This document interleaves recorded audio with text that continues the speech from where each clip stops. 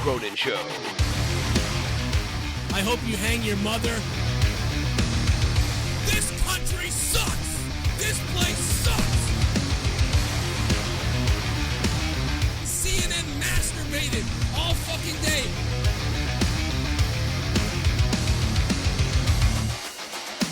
Dude, I will eat your fucking asshole out and then spit it into your mouth, baby bird style.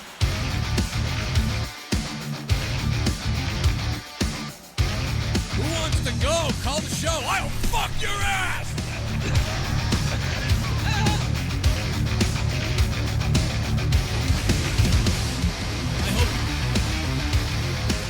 I want to kill myself! If I think it sucks, I tell you!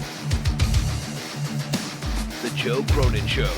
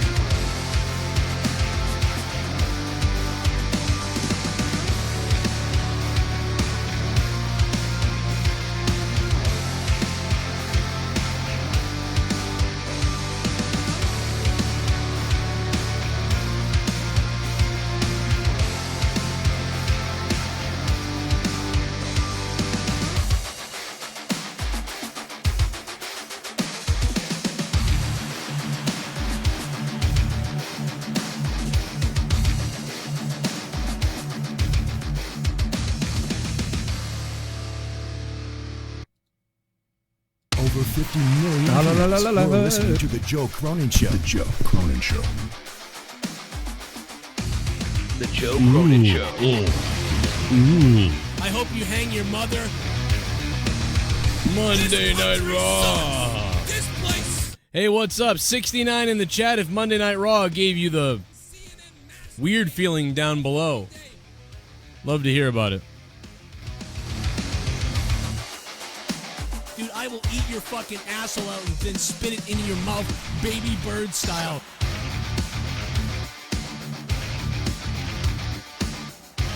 Who wants to go? Call the show. I'll fuck your ass!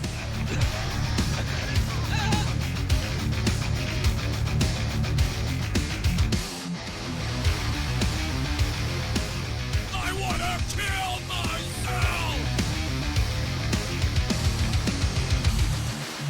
If I think it sucks, I tell you! The Joe Cronin Show.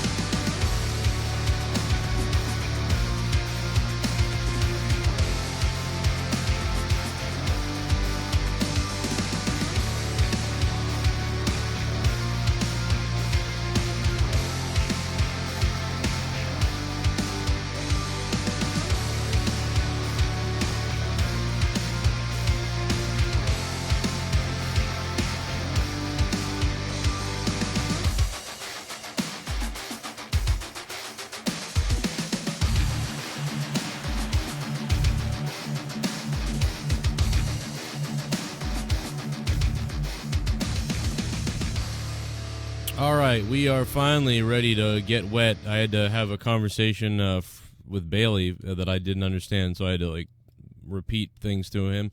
And then we talked about Leah's vagina and how round it is.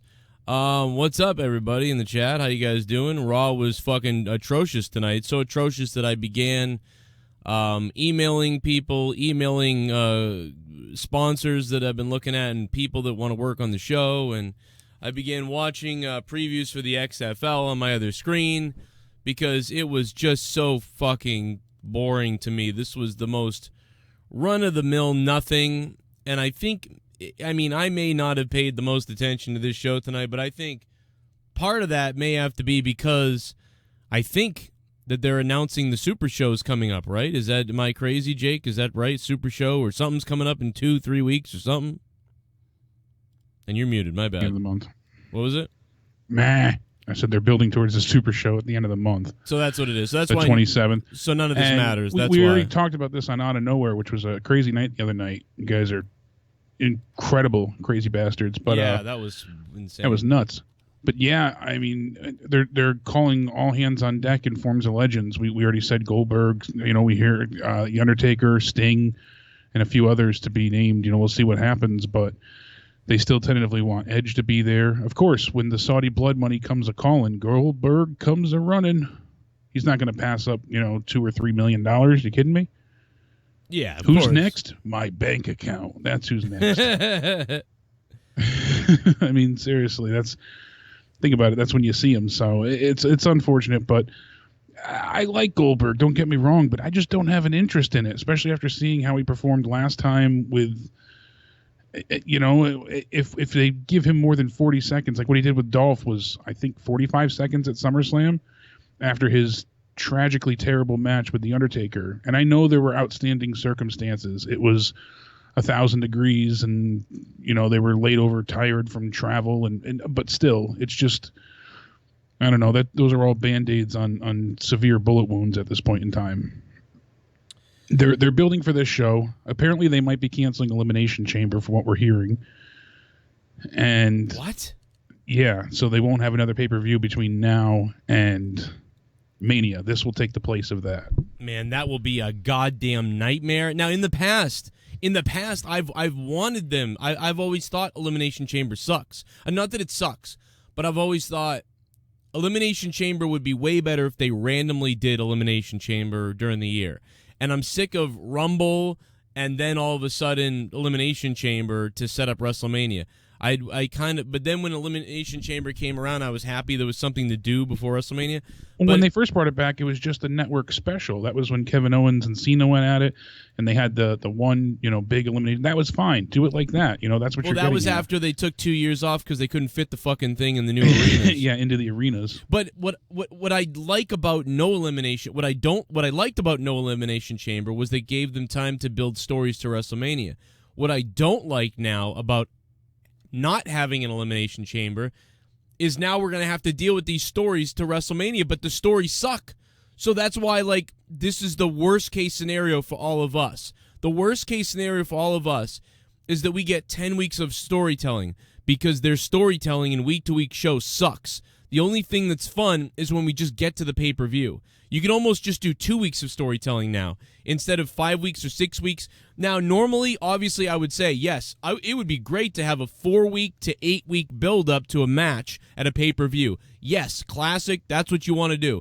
But under the way that WWE now writes, books, and builds, nobody wants to sit there and watch a feud for 8 weeks because after 2 weeks, you're ready to kill yourself. Yeah, they ruined the magic that is this match. I mean, already I'm weary about Rhea Ripley. We just got it announced tonight, just because it's like, oh, now we're going to see Charlotte answer on NXT, and Matt the Misfit labeled it the AEW effect a while ago, and that's a great term for it. But I can totally see Rhea losing just so Charlotte's the champion on NXT to help drive ratings. They don't have a big heel down there right now, especially with Shayna supposedly moving up. Io Shirai is injured, so that makes a great deal of sense. They bring Charlotte down for a little while. That kind of picks things up. It's just it was so bland tonight, as you said, because they're building for this Saudi show, which is in a way off kilter and non-canon. They have to retcon certain things and make a few odd decisions, so you get these predictable stale matches with a few legends thrown in just to spice the pot up, and then from there we have to go right back into building for Mania. And if there's no show to break it up, we're going to have 7 weeks roughly to build into WrestleMania. That's when they ruin these storylines, right, as we originally started. We keep going back to it, but Becky Lynch versus, Ronda Rousey was an easy hit. And then it had to just keep getting more and more convoluted and messed up and torn apart. Who's injured? Who's not injured? Who's fired? Oh, now it's a triple threat. Now it's not. Now you're out of the match. Now you're out of the match. Now it's like, I'm sorry, but Yeah, convoluted, weird stuff, and again, like the it's too much just, buildup is baffling with some of it. And I know they're in like a holding pattern for this right now because of the Saudi show, but that's the problem. That's another thing I'm getting at. Now we got to look at all this stupid Saudi stuff. It's like I don't care about any of this. Again, like always, I don't care. You usually are on the road to WrestleMania, so you're ramping up and you're getting these big storylines. And granted, the biggest one we have right now is going to be on hold till after the Saudi show with Edge and Orton. So we're not going to get really anything from those two. And the rest of it is just, all right, any feud you have that you usually build towards Mania is going to be put on the back burner because we have to have a mini feud happen at this Saudi show, the Super Showdown. Then we'll get back into the Mania stuff. So it just feels disjointed. I'll give them credit. The wrestling tonight, for the most part, was much better than we've gotten recently. The problem is that some of the decisions they made with a few of these matches, it hindered what they were trying to achieve. That main event could have been something really special. Up until the interference came in, I was so into that matchup. That was fantastic. You know, Seth was really selling well for Ricochet. Lashley looked like a true contender for this number one contendership. Like they were selling and pulling off some really innovative moments. And then you get the outside interference where Owens has to save, and it falls apart at that point because why have, you know, so many obstacles for these people to overcome when you already had interest in a person to begin with? You had one face and two heels. You had the perfect underdog story to tell within the match. I don't know why they feel they can't storytell in the ring. Why does it always have to be so much extra to get there? I was saying this in the chat earlier, and I could sum up these problems really quick. There's no more real fight or wrestling emotion in the matches a lot of times. The wrestling matches just kind of happen like flip, step up kick, flip, jump off rope, punch in the face. Like they do these like video game moves and they don't mean anything. That's what it feels like. Even now in WWE, it feels like they do these video game moves, and it doesn't matter. Doesn't seem like people sell or deliver punches like they're real anymore at all. You see the same moves, the same generic moves with no connection or chemistry by the wrestlers. It's all the same video game pattern moves over and over again, and the promos are written by retards. The backstage segments are stupid. Everything is bland. I mean, on Out of Nowhere, before you guys started the donation bombs the other night, I was playing Nakamura versus Hulk Hogan in a 2K simulation, and I felt like that told a better story than any of this. And in the video game, Nakamura jumped off the top rope to Kinshasa or dropkick Hulk Hogan, and he kind of like hit the back of his head, and then after he took out Hogan, he couldn't get back to his feet in the video game. And Nakamura got up, and then he fell over. And then Hulk Hogan got up before Nakamura did. And it was evident in the video game that why would that happen? But when you see how he landed, you're like, he did smash his head. That kind of looked crazy in a video game. So I went with the story that Nakamura hit his head. So I began selling that as a commentary guy live. I don't know what's going to happen in the video game. And then a few seconds later, Hogan easily defeats him. And then I play it off like, man, something happened to Nakamura in this match. And like that was like that type of stuff. Like that, to me, that had more of a story than half of these goddamn matches do on Raw. And that was an accident. Why aren't we getting matches that are good by accident? That's what I'm wondering. Why aren't we getting a match on Raw or tonight that was good by accident? Now, I thought, believe it or not, even though people were shitting on it in the chat, I thought Natalya and Asuka were getting close to getting better to a point where that match was going to get more exciting, and then it abruptly and it went on a while. It was a long match already, but it was long, a bit long in the tooth, and unfortunately, but then it ended with a distraction. But again, why have the distraction? You know, they go ahead and obviously, you know, Kairi Sane missed the ankle grab, so I always want to say Beth. Natalya just turned there and kind of looked at her like, "Oh, what are you doing?" And then we get the Asuka lock. Cut that match in half. Why have that match go that long it for doesn't a need to be 12 distraction minutes. ending? And on top of it, you're building Asuka to challenge Becky again. Don't have her look strong by needing her partner to interfere to win the match. Right. Let her just win. Let her just beat Natalya. Yeah, let that be the threat. All right, the green mist, it didn't work the last time. Becky beat the green mist. She beat Asuka. So now she's not doing the green mist. Now she's resorting back to her original ways with, focusing on, getting that Asuka finisher locked in. Smart. Tell that story. And they're like, oh, they want to get heel heat on her. Well, if you want to get heel heat on her again, then what you do is you let Asuka beat Natalya clean, make it awesome. Don't let the hold go. Make her pass out. No, exactly. Don't let the hold go. Or have Kairi Sane jump in the ring, hold Natalya down, and then green mist her in the face. Like while they're holding her down, and then they're beating her up. I see why they want to get away from the green mist, but yeah, even if it's not in the match, something. Why don't they tell that story that now they've pissed Becky off to where she feels she has to defend Natalya, and she will put the belt on the line. Well, just go that route. Why go with this long match, distraction ending, and then Becky comes out, says a cringe promo, and then agrees to a match?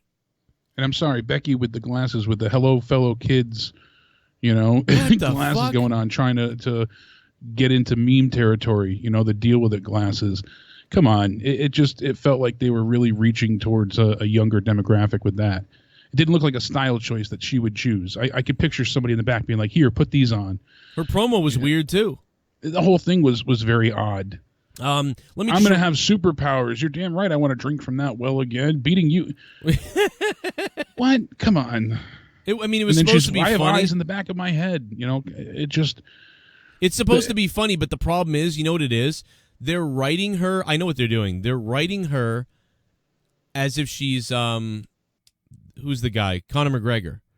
That's what they're going for. But they're no writing fucks it. Given attitude. But I'll take on it. anyone. He doesn't write it. He says it off the top of his head. I'll slap the head off you if you're head to head. That type of thing. So I'm a Superman. I'm a Superman. I told you I'm a Superman. I had eyes in the back of my head. It's like, oh, I get it, but it's like, I don't. People loved when she was that true Conor McGregor attitude. Yeah. When she snapped on Charlotte after losing, and we got that, the real man scenario. This is a shell of her former self, unfortunately, and it's the fault of creative. You can't tell me otherwise. Yeah, there's no way around it. They're writing her into a corner, and they're trying to force her to seem cool at this point. They're writing me into a fucking coma, Jake. They're writing me into a coma. Hey, real quick, I got to get this up before I forget it. People are concerned. You guys can super chat. Super chat works here on Joe Cronin Show. Obviously, you see that down below. It didn't for like 5 hours earlier, and I fixed it. I reached out to the YouTube rep, and they solved the problem. But I did get demonetized on Corrupted, so I am no longer monetized over there. If you saw my video earlier, obviously I'm getting death threats. I'm getting emails. We're getting all kinds of threats. Yeah, lots of bullshit. It's crazy. YouTube doesn't do anything about that. But they demonetized Corrupted, so I got this email today. My biggest issue with the fact is that YouTube, because you get demonetized, they're allowed to hold on to all the super chats that you got recently, and they don't pay you. They just keep it. If you don't get monetized, well, they're gonna give after it to the evaluation, they keep it. Mothers for Abortion is going to get all your money from Corrupted. Luckily it was only about $500 for the month. Doesn't matter if it's a penny. It's your money. That's a lot of money, it's not but theirs. My point is, at least the money over here on Joe Cronin Show's fine. Everything's okay over here. Nothing is wrong here. Super chats work here. All the donations work on both channels. Just you can't super chat on Corrupted Nation, my other YouTube channel. You can't super chat, and you won't see ads. If you do see ads, let me know, because I'm not getting paid for those ads, because they have demonetized me on Corrupted Nation permanently for right now. But I have 30 days. I'm appealing. And I'm reaching out to my rep over there, so I may have this solved in a couple days. This may all be for nothing, but I do want to warn people about that over there, so we may monetize this and stuff from other places. I don't know. We got a whole bunch of stuff going on. A lot of moving parts are coming up. We have a lot of big announcements coming up. We have a lot of schedule changes for everything. We have more shows are coming. A lot of new shows are coming. Things are moving. It's fucking new additions, crazy. New hosts. Bailey's schedule is changing, so there's a big move with Bailey. I don't know when he's going to be on what show and what's going on. We're talking about it off air. We'll figure that out, but there's a whole bunch of stuff going down. But anyway, back to Raw. I do have to get that out of the way. Let me play a donation or two real quick just to breathe the space here. We have a new member of the JCS Army. Antoine Pleasant, bro, what's up? Thanks for becoming a sponsor. You are a sick sexual deviant. Thank you for becoming a member of the channel, man. I saw it down below. Thank you, Anton Pleasant. And Give him some love in the chat, everybody. Give him some love in the chat. Give him lots of love. He needs love, man. Yeah. Lots of love. What else we got? Oh, a little bit of the bubbly. That's it. Want some bubbly? Look at this stuff. Oh, a little bit of the bubbly. That's it. 7/10. Rawful has been pretty decent lately. Although I watch on DVR delay to skip the commercials. Why's that bald fuck faggot Goldberg back for? Oh yay for that sweet Saudi money. Who do you think he will face at Super Showdown in Saudi Arabia? Let's hope he faces the Bonesaw. Mike Amelto, thanks for the donation, man. Jake, he wants to know who the hell Goldberg is going to face in Saudi Arabia. That's a damn good question, right? Yeah. I don't imagine him going for the Fiend. Like, I wish they would do it against someone high profile like that. But to me, it feels like it's going to be another, Dolph Ziggler type. Maybe Corbin, maybe... What about who couldn't beat Brock? Who's that? What's his name? The UFC guy. Oh, Cain Velasquez? Yeah, what if he just scrubbed Velasquez? They could clearly do that as well, and that's another big profile name as well. I mean, I would hate to see it, but that would benefit both of them because it's big name talent, and then on top of it, they're both, accustomed and requiring a very, very short match. So they benefit greatly from, sub 90-second matches. Yeah, that's what I think. I think, just put him in whatever, let him just spear the turnbuckle, and then, it depends on who they want to build up. But, we already know Brock is getting McIntyre, so there's no reason to build Cain Velasquez. The only thing to do is put him out there to get a name out there against Goldberg. Like we said, we know it's on SmackDown, so it'll be a SmackDown star. But if they brought up someone like Riddle, oh my God, that would, those type of moments people would go crazy for. Yeah, but they don't want to give you that. They don't want to have Riddle beat Goldberg, and I doubt Riddle would go for it if he was going to lose. But I don't know. It would be cool to see The Fiend beat him and be on an even bigger tear heading into WrestleMania. To have Goldberg's picture on The Fiend's wall would be interesting. I just can't picture Goldberg agreeing to lose either going into whatever match. They kind of want him to be that type of sporadic injection of quick entertainment. So anytime he comes back, he's this all-powerful. The only one he's really been defeated by was, it was The Undertaker and Brock Lesnar. So yeah, they've kept him pretty well protected going up until that point. Maybe he's going to face Undertaker again. It could happen with Undertaker being there and allow them to, get some justice for that match they had previously. Yeah, dude, I'm really thinking that might be it because they want to have that. They want to erase that shit they did the last time. I know. Yeah, it was such a bad showing previously. This would be a chance for them to rewrite history. Sure, I could see that happening too. I know Undertaker did. He did kind of erase it himself. Undertaker had a match and it was better. But, Goldberg. Against Drew and Shane, that was much better. But Goldberg hasn't had any redemption yet. Goldberg tore apart Dolph Ziggler, that's right. I'm dumb. That's right. That was his. Yeah, because I had the same thought earlier. I was like, well, we haven't seen him since he lost to Taker. I'm like, oh, wait, I forgot about Dolph. So yeah, so wait a minute. Who did Goldberg? So then who the Undertaker faced? I forget now. Undertaker faced, he was tied up tagging with Roman. He took on Shane and Drew. Right, so okay, well, but then to me, Undertaker then still hasn't redeemed himself in a singles match. So they gave that to Goldberg. That one-on-one. Man, I had that backwards. I don't know why, but I was thinking Undertaker redeemed, but it's not. It's Goldberg redeemed, and Undertaker still really, needed a tag match to carry his ass across the fucking goal line. Yeah, I know. Not to derail us here, but we have some breaking news coming in. Supposedly, Samoa Joe has just been suspended for violating the WWE wellness policy. Oh my God! Wow. It says here that word coming out of Raw is that more suspensions are coming out. Must be something in that Southern California water, hint, hint. Working to confirm details. That's coming from WrestleVotes. But we heard that Samoa Joe was okay and was supposed to be coming back tonight to wrestle, and then suddenly we didn't see him involved in any of the angles. He wasn't mentioned. He was kind of, persona non grata. And I thought that was a bit odd. And then from there out, it's like, all right, that kind of lines up. So maybe he is truly suspended. What in the fuck, bro? Are you kidding me? And I mean, we heard Oh, Andrade my God. was suspended for that steroid substance. So, I mean, that was not 100% confirmed, but it seems like that's what happened. This is being reported widely now. So it seems like Samoa Joe is actually suspended for the WWE Wellness Policy violation, and that'll be confirmed tomorrow. Oh, my God, man. What a bad series of events. I mean, they've lost $1 billion in stock. They lost, both of their, co-presidents. And then they have their earnings call this Thursday, which is just a total disaster. And you know what's funny to me with that earnings call, if you think about it, when they announced their projections of how much money they were going to make, that was when they only had one Saudi show announced. And they also had not updated a few contracts. So, like, they should have made more money than what they projected just with the Saudi show alone. So they really lost money to come under what they had in the budget. People in the chat going, that anything you get out of that Saudi show.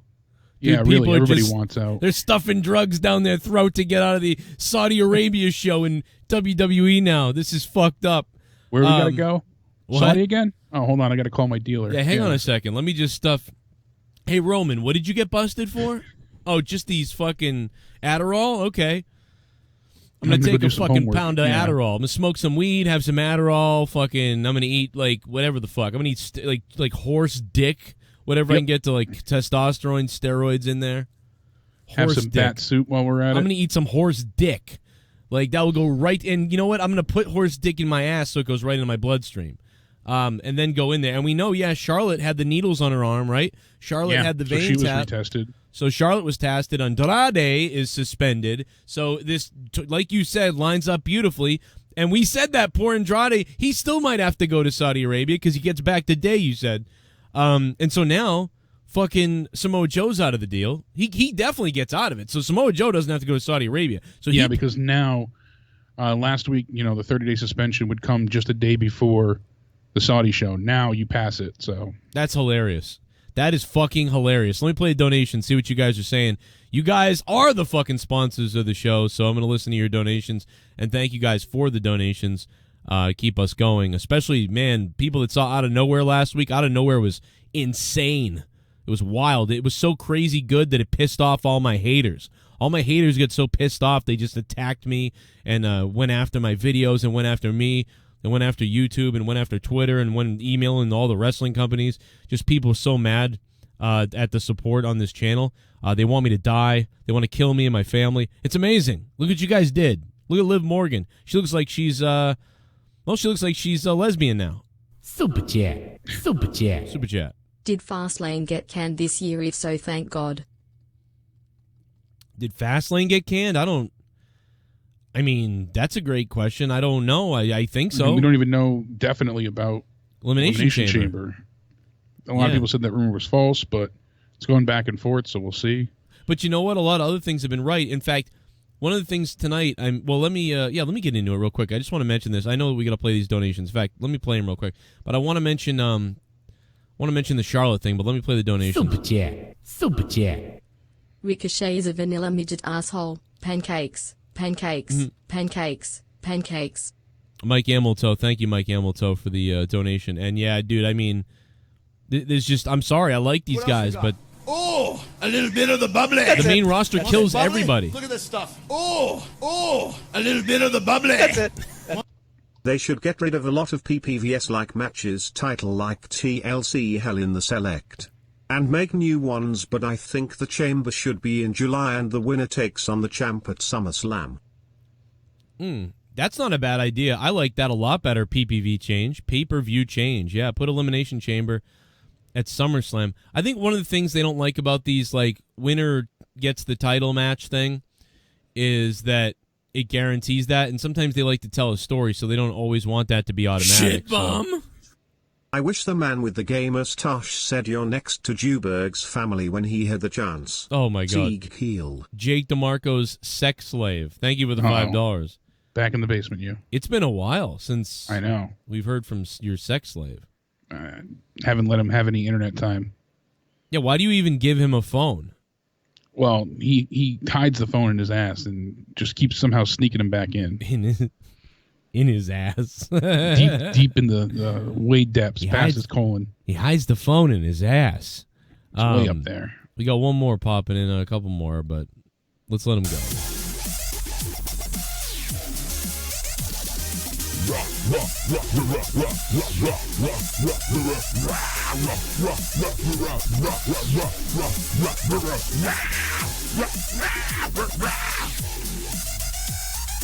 Halloween Havoc, DC, I like it. What's with them getting rid of screen door? Looked weird seeing them come out from the side. Also, I like how people on Twitter are pointing how you know that McIntyre is no longer a heel when he stopped having his hair cover his face during his entrance. That's interesting. I didn't even think about that. Why Society, thanks, man. What did they change about the staging? I didn't even realize it tonight, Why Society. What the fuck? Did you see that, Jake? I don't know what he's talking about. No. I mean, I didn't even notice. If they changed the entranceway, the screen door, I didn't even notice. I mean, man, I'll tell you, I got to start paying more attention. I'm still looking at Shakira's pussy in my head. But no, it's with the yeah, that was some kind of like Middle Eastern mating call I found out later. At first, I thought, man, that's hot, and then I found that out, and I was like, oh, that's creepy. I don't know what the hell that means. Yeah, it could have just been the positioning of the stage. I didn't catch that live, but sometimes they only have entrances from certain ways, the way the backstage is set up, so they have to move Gorilla around. Right. That's not unheard of. Yeah. I mean, look what they have to do for Madison Square Garden and stuff. Look at Liv. I don't know. She's a lost soul now. Indeed. She's going to get, I mean, let me go by the Charlotte thing. Yeah, let me pause these donations real quick. We'll get back to the donations in a minute, and I will crown the largest donator of the stream eventually. Once I think the first one over $10. If there was one, I'm sorry, I'll go back and look. First person that hits 10, we'll put them on the board for the title. But here's the deal. Charlotte comes out in the most telegraphed thing ever. This was leaked out forever ago. We've been talking about this, I think, for over a month. Yeah. And so all of the information was correct. 2 weeks, yeah. So it leaks out. Everybody knows Charlotte's now going to challenge. Or yeah, since the Rumble, we definitely knew. She's going to challenge Rhea Ripley. Okay, like we expect that. So she goes, I've wrestled for the SmackDown belt. I've wrestled for the Raw belt. And then you're like, okay, she's going to say Rhea Ripley. But then Rhea Ripley's actually here, and she comes out. And so it's just also like, oh, she just happened to be here, and she just happened to come out. So instead of Rhea Ripley coming out and being like, you haven't beat me, it's like, yeah, she just said that, basically. So now you're it's like they wrote one script for Charlotte to say, but I haven't beaten the NXT champion, and I want that belt. So instead of Charlotte saying it, they have Rhea come out and deliver the continuation of the exposition that Charlotte is relaying. So that is stupid because we all saw it coming, and then it became just contrary or like whatever. Yeah, I forget the it word. Was very contrived. Contrived. They're like, oh my god. Okay, so Rhea Ripley, what should have happened here is Charlotte just showed up to NXT. Well, okay, that's better. I like what you said, but let's say that they were going to do this still tonight. Rhea comes out. Rhea should have came out and said, like, interrupted her and then been like, yeah, Charlotte, I know what you're going to say. You've beat them, but you haven't beat the NXT champion. I was in the back, and I've heard the rumors that this was going to happen tonight. So here I am. I'm just here to let you know I don't back down. I don't wait at home. Like, I cut you off at the pass type of thing, and then get in her face, and then there you go. We were building right now. But instead it was like... I would have liked to have seen it where Charlotte challenges Bayley. Go with me here. And she kind of just says, I've beaten her before. This will be easy. Kind of don't say easy yet, but lay it on thick. And that's when Rhea Ripley comes out and says, "Oh, I knew you'd go for the easy road. What happened to the Charlotte from NXT that used to actually go for a challenge?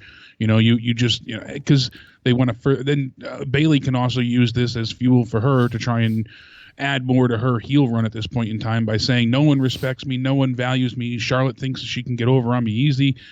She can use that as a little bit of leverage as well. And it allows Rhea to come out and say, like, oh, you don't even think you can challenge for the NXT title? You don't consider me important? I'm going to show you what. Like, at least some type of storytelling. I'll tell you what's really bad about all of this. They buried the women's and SmackDown championships in this segment. That's why I said if they were going to do it, lay it on heavy to give Bayley something to play off of. Instead, they just did it in a way that it just makes them seem like, I've beaten you, you're both worthless. Well, the bottom line here is the segment sucked. They ruined the segment. Rhea Ripley basically read the rest of the exposition for Charlotte, and then she just walks away. So that was dumb. You buried the women's titles on SmackDown and Bayley Raw. Even worse. And that's what I'm saying. So at least if they said it out loud in a way that was direct, Bayley could retort and reply and go ahead and make it a statement for her to, use as empowerment to give herself a chance to pull herself up from the depths. Instead, it just made it seem like, I'm not even going to consider facing her because that's a joke. That's terrible. And then on top of it, with the way Asuka's being handled, her and Kairi, why are they still the tag champs if, those belts are so forgotten? She's more concerned with getting the women's title off of Becky than defending their belts. And I don't know, if you and I were tag partners and you're going for singles belts, I would be saying, well, what about us? That kind of thing. But Kairi's, I know you want to support each other, but how many chances, how many times, that's the thing. So if they weren't the tag team champions, it would be a little bit, more logical. They're probably happy that they don't have to defend the belts. I'd be like, cool, we don't have to defend the belts, and you can challenge for another one. Like, okay, whatever. Get rid of the damn things. At this point. They'll be on the pre-show at WrestleMania, guaranteed. That Asuka and Kairi Sane probably. Well, maybe and maybe they're gonna build Sasha and Bayley. Finally, I mean, who knows? I mean, who's gonna face Bayley? Bayley, it looks like they're gonna do Naomi at this point right now, not for Mania, but like for this point. And then I seemingly think that's when they'll go back into Lacey Evans, so she has her big win at Mania, which is silly because she lost. And they did everything to make her look as over as possible. So I don't know. It's going to be a lot of rehab for her. Becky is cringe on the promo. I don't care about Becky anymore. And her WrestleMania match last year was terrible. Bayley has not been good. She's been weird, botchy in matches. She can't cut a promo either. Sasha is MIA because I guess she's hurt. We got Charlotte is going to face Rhea Ripley, and that's the most interesting thing. That is interesting. I do like this angle. My problem is I wish she didn't win the Rumble to get there. I'm sour, honestly. I can admit. I'm trying to be unbiased, but I can't. I don't like the idea that Charlotte had to win the Rumble to challenge for the NXT title. She could have challenged for the title without having to have such a prestigious victory as the Rumble under her belt at this point in time. How is the Queen has nothing to do with WrestleMania. But I think I do have something to do. Or she shows up in NXT and attacks her, like you said earlier. She just had to show up Wednesday and challenge her, and that would be it. Really, she should wait till after NXT take over Portland to determine who's the champion, because it's silly when they do things like this. They're talking about Drew facing Brock at Mania. Well, Brock still has to get to Mania. Yeah. Now we know he's going to destroy Ricochet. Ricochet's going to die. There's no doubt about that. He's going to die. But at least try and play up the fact of, I don't know who I'll be facing, but no matter what, I'm going to get the belt. They don't do that, though. They just I'm going against Brock. Well, what about the match that he has coming up? You devalue that in the process as well. That was one of the things that, when Austin was going to WrestleMania, he even said it. No matter who's the champion, I'm taking that damn belt home with me. Because you didn't know if it was going to be The Rock or Mankind at that point in time. That was the point behind it. The belt was important. Less of who was holding it. The belt was the top of the mountain. Now it's just that title feels like such an afterthought. Yeah, it feels. It's just, they all do. Like I said, there's too many belts. I mean, dude, it's like they can't build storylines, but now you have more belts. So it's like more belts, less storylines. You can't even build value in a couple of the belts. How are you going to have value in all these belts that they have? You could have had this amount of belts back in the Attitude Era, maybe. I mean, the only problem is there wasn't a big enough roster, so it would feel like everybody's a champion. But that speaks to why there's the problem with the Rumble at this point in time. I almost wish the Rumble could be held later, in a sense, be that last pay-per-view before Mania, because giving them a chance now to declare who they're going to face has always been kind of declare has always been a bit of an issue, because there's still defenses until that point. So you're saying I want to face Brock Lesnar, but what if Lesnar gets beat until then? I know that, I'm going for the Raw title. Granted, yes, I get that point, but it just makes it seem less impactful overall. It's just there's a lot of little troubling things like that. I had a fucking troubling day today. I had a lot of shit go wrong. I got to run this PC no thing doubt by about you. it. This fucking guy's at PC. Let me. Maybe somebody in the chat can help me out. Maybe I'm unrealistic. So I go on Cyber Power PC or whatever, and I go to order a computer.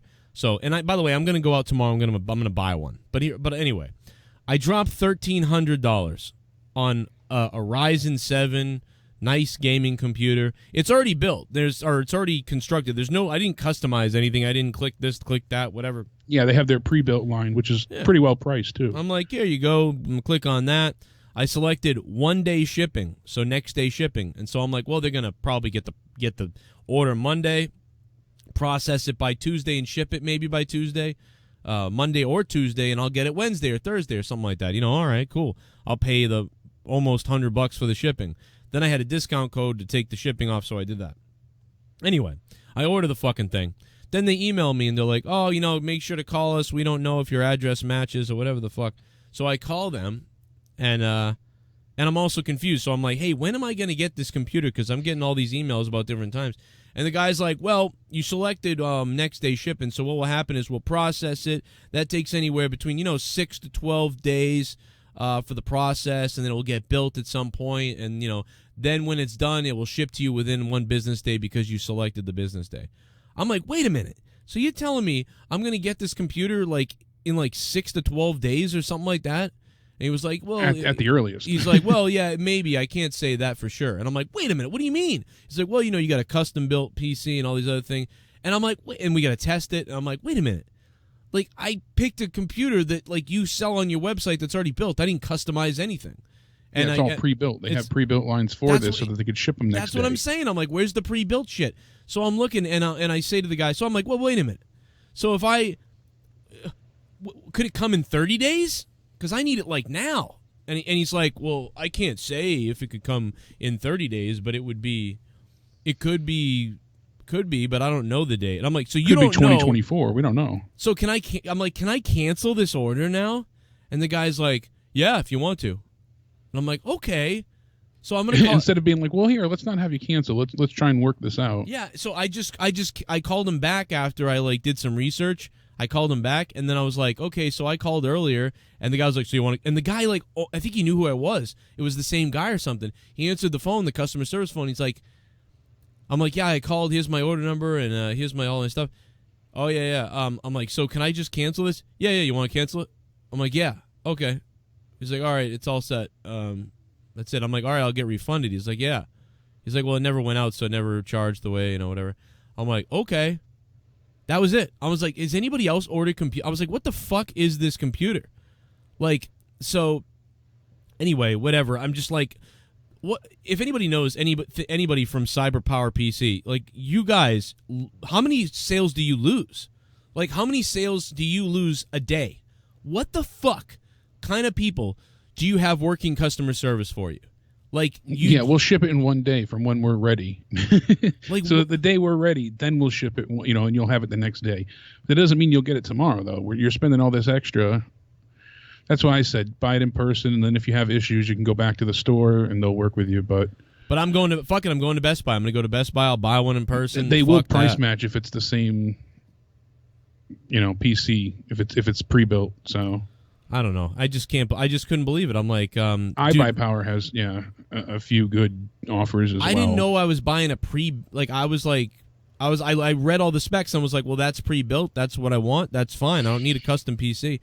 But then the guy said it was custom. I'm like, well, what the fuck? So it's like, but dude, you don't have a sales guy come on and be like, hey, listen, yeah, I'm sorry about that your expectations were different. Well, he also said you paid standard processing time. And I'm like, dude, when I checked out, I didn't see anything about processing time. All I saw was shipping time. So you're telling me I can pay extra now for processing time? And he never clarified any of this to me. So whoever... And why should you have to pay extra for that when you're already paying extra for the shipping? I agree. But the guy wasn't an arguing guy or an explanation guy. He was just literally like, take it or leave it. We'll see you. It's like, what the fuck? And so forget all this. I'm not going to buy a PC from them. But the bottom line is their customer service sucks. And if I worked for that company, I would have said, hey, listen, I'm sorry that you didn't see the processing time on there, and it's going to take a lot longer than you expected. But, I mean, we could offer you maybe a discount on the processing time if you want to try to rush it a little bit here. I could do something for you. I might have said, fuck it, yeah, go ahead. All right, when can I get it? We can guarantee it within 2 weeks, or guarantee it within a week, if you do $50 of processing time. Maybe I would have done that. Or you could have said, hey, I know that your expectations are different, but, within, usually you get these within a pretty reasonable amount of time, and this is going to be one of the best, perfectly built PCs you're going to see. We'll take care of it for you, and, you can certainly call us to check on the status. If you can do that, we'd still love to build this for you. You're lucky you got through to anyone, because I know personal stories, and especially that you called back twice in one day that you got through to people is amazing, because a few different people that I know personally, went ahead, same route and called. Well, first they had emails not get answered, and they had when they ordered their machine, a graphics card basically came dead. It was just completely unresponsive, and it turned into this whole nightmare to get the thing replaced. And then when it came back, the wires weren't tucked away. There was no cable management, so it wasn't zip tied and organized, and the fans were being stopped from moving because the wires were in the way, and the whole thing was just rushed. So I just feel I built my PC 3 years ago, right? So I built this 3 years ago. I actually haven't bought a computer in 6 years because I built this one. So it's been 6 years since I really went out and bought one. So anyway, I'm going to go out and buy one. And so thank you guys for all the support. Obviously, because of you, I can go get one. It's still scary to throw that type of money out there, and I hope the refund works, because $1,300 in limbo, but I want to buy one tomorrow. So we'll see what happens. Cyber Power now for the Nintendo. Now you can play with power. What's up, Robin Banks? Now you're playing with power. Yeah, Power Glove. Millennials don't know how to sell Joe. Millennials don't know how to sell anybody. These guys sounded like idiots. I was like, you're fucking retarded. I would have sold the shit out of that. I would have been like, dude, this computer is going to blow anything away in the stores. The stores are all pre-built. Like, they're good. They are great. You can go to a store and get a pretty good computer. But the way you have this built with the specs that I'm seeing and what you spent on this, this is, you're getting a luxury vehicle here. And this is going to come, we are building this. We're here working on it now, or working on these things now, and we're behind. We have a great clientele of customers. I mean, you're going to love this thing. If you have to wait a little bit longer for it, I hope you can wait, because this is going to be worth it in the end. I mean, you would rather have a computer that lasts years longer than anything in the stores, and one that operates better than any other computer you've ever had before, right? And you'd wait 20 days for that if I told you that you're going to have the best computer you've ever had in your life. You're going to wait, right? And I might have been like, yeah, I guess I am. Yeah. Oh man, God, I'd hate for you to cancel it because of that. I can give you $50 off right now. Anyway, just for maybe we didn't do the best job of displaying the processing time on the website. We're gonna throw in some canned air. You would have saved the $1,300 sale. Cyber Power PC, hire me. I'm here all day. I'll save you fucking thousands of dollars. You fucking hired neckbeards that want to kill animals or something working for you. Cyber Power PC, you suck. Everybody tweet them. Sorry, let me go back to a donation real quick and see what people are saying. Fucking idiots. Party. Hashtag Froggy Club for life. Frog, frog, frog, frog, frog, frog, frog. Froggy Club for life, Evan Wright. What's up, man? Ribbit, ribbit, ribbit, ribbit. You fucking frogging weird fuck in the chat. Jake, get me back on the rails here. I've lost my fucking mind here. Doing some research on the side, and it seems like besides mentioning that Samoa Joe is popped the wellness policy violation, it sounds like we might see King Corbin take on Goldberg. It'd be a quick victory for Goldberg. Oh, wow, I could see that. They got to do something with him. So, Corbin doesn't really have anything at this point in time besides the Roman Reigns storyline, which hopefully you imagine would be over now. I mean, how much more can they drag this out? Ugh. They did the dog food angle. They fought through Mania, everything else. So, but I could see, just like they did with Dolph, we could have another squash match. Not an ideal thing, but I could see them going for that. Rhonda says she does want to make a return. It won't be full time. And she said, I couldn't do 200 days a year taking power bombs every night. I don't think that's conducive for conception. Me and Travis want to have babies, and if I'm gone for that time, it's not that would take away my priority. But one of the things that I heard over the weekend that I thought was interesting was, originally we heard that plans were for Ronda to win the Rumble and all these, we kind of hear back and forth. Nothing confirmed, but it seems like that finger injury that she had is still a lingering problem, and that's part of the reason why she wasn't able to return. Oh, for Ronda? Yeah. I'm sure there's so much, like you said, the finger thing, wanting to create a family. And wanting a real limited schedule. You probably have to confirm, so many dates for Mania. So John Cena confirmed. I miss her promos, though, Jake. I miss her random off-the-cuff promos. They were like me too. Borderline psychotic sometimes, almost. Yeah. John Cena confirms he will be backstage at WrestleMania this year. As far as him doing something on the show, he doesn't know, but he hopes he gets to do something. He said whether it comes out, where I'm rapping to the ring or being a fan in the stands, there's no job too small. And I believe him when he says that. So. Yeah. You know what? They probably do some kind of call out. I feel like almost.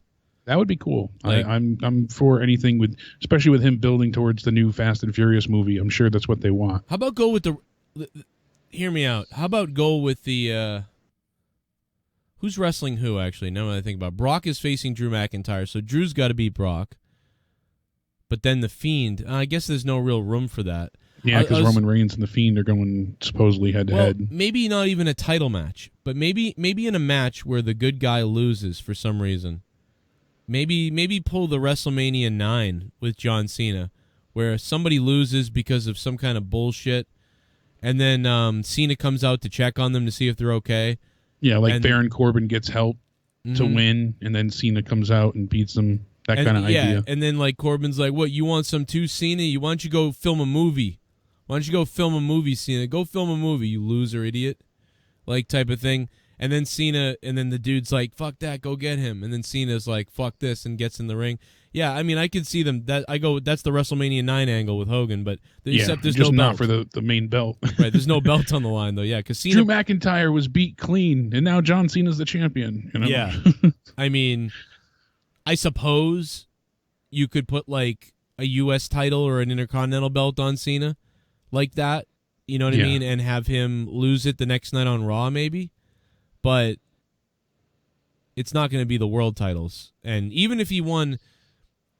I mean, winning a mid-card title doesn't make Cena tie Flair's record, so yeah, I guess so they're covered there. Not that I care. I don't really care about this too much. We're looking into this, but it's like, we're just kind of fucking around talking about this. I mean, this isn't a big. I wonder if Vince has pulled out the rest of his hair at this point between everything that happened, stock side of things, and the investors' call, building to Mania, the Saudi show. The XFL games launching this weekend. He's not, because he pulled his fucking stock out. They all pulled their stock out. Well, I'm saying just with all the turmoil and stress is what I'm saying. Oh, yeah. I mean, wait till the company's Saturday. Down, devalued over $1 billion. The stock's plummeting. That's a terrible look. You don't have your number 2 and 3 in charge to take over in case anything happens. The investors' call is looking very bleak.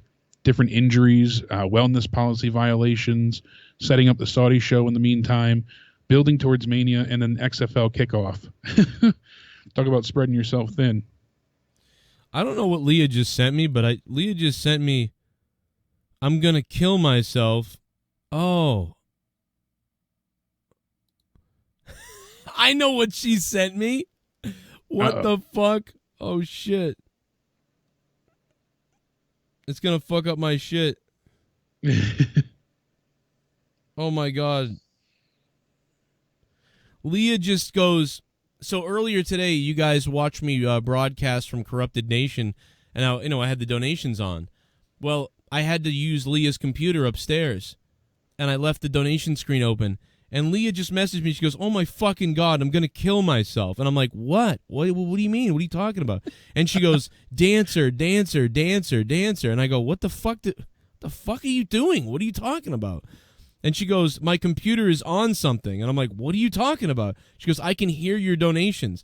And I realize the screen is open upstairs. So whenever someone's donating while I have them paused here on our show, upstairs, they're just playing real time. And she's hearing all this shit going, what the so fuck is going on? Everything. Oh, my God, dude. She thought a window on her YouTube screen was open or something. That's really funny. That's hilarious. And apparently we're about to get a donation in a little bit with Dancer over and over again. But all right. We'll spam with that. We'll see what happens. That's funny though. So she's upstairs trying to troubleshoot, figuring out what the hell's causing her to go mad. Yeah, she's like, "What the hell is happening up here?" Especially when you don't know where it's coming from. That is cracking me up. Who is it? Terror Schism, which is a pretty cool name. 999 is the largest donator of the stream. I haven't seen this come up yet, so actually let me go ahead and play them for a second. We'll get back to the Raw review. There's a little bit more to talk about. There's some news. There's a lot of shit here still to get through.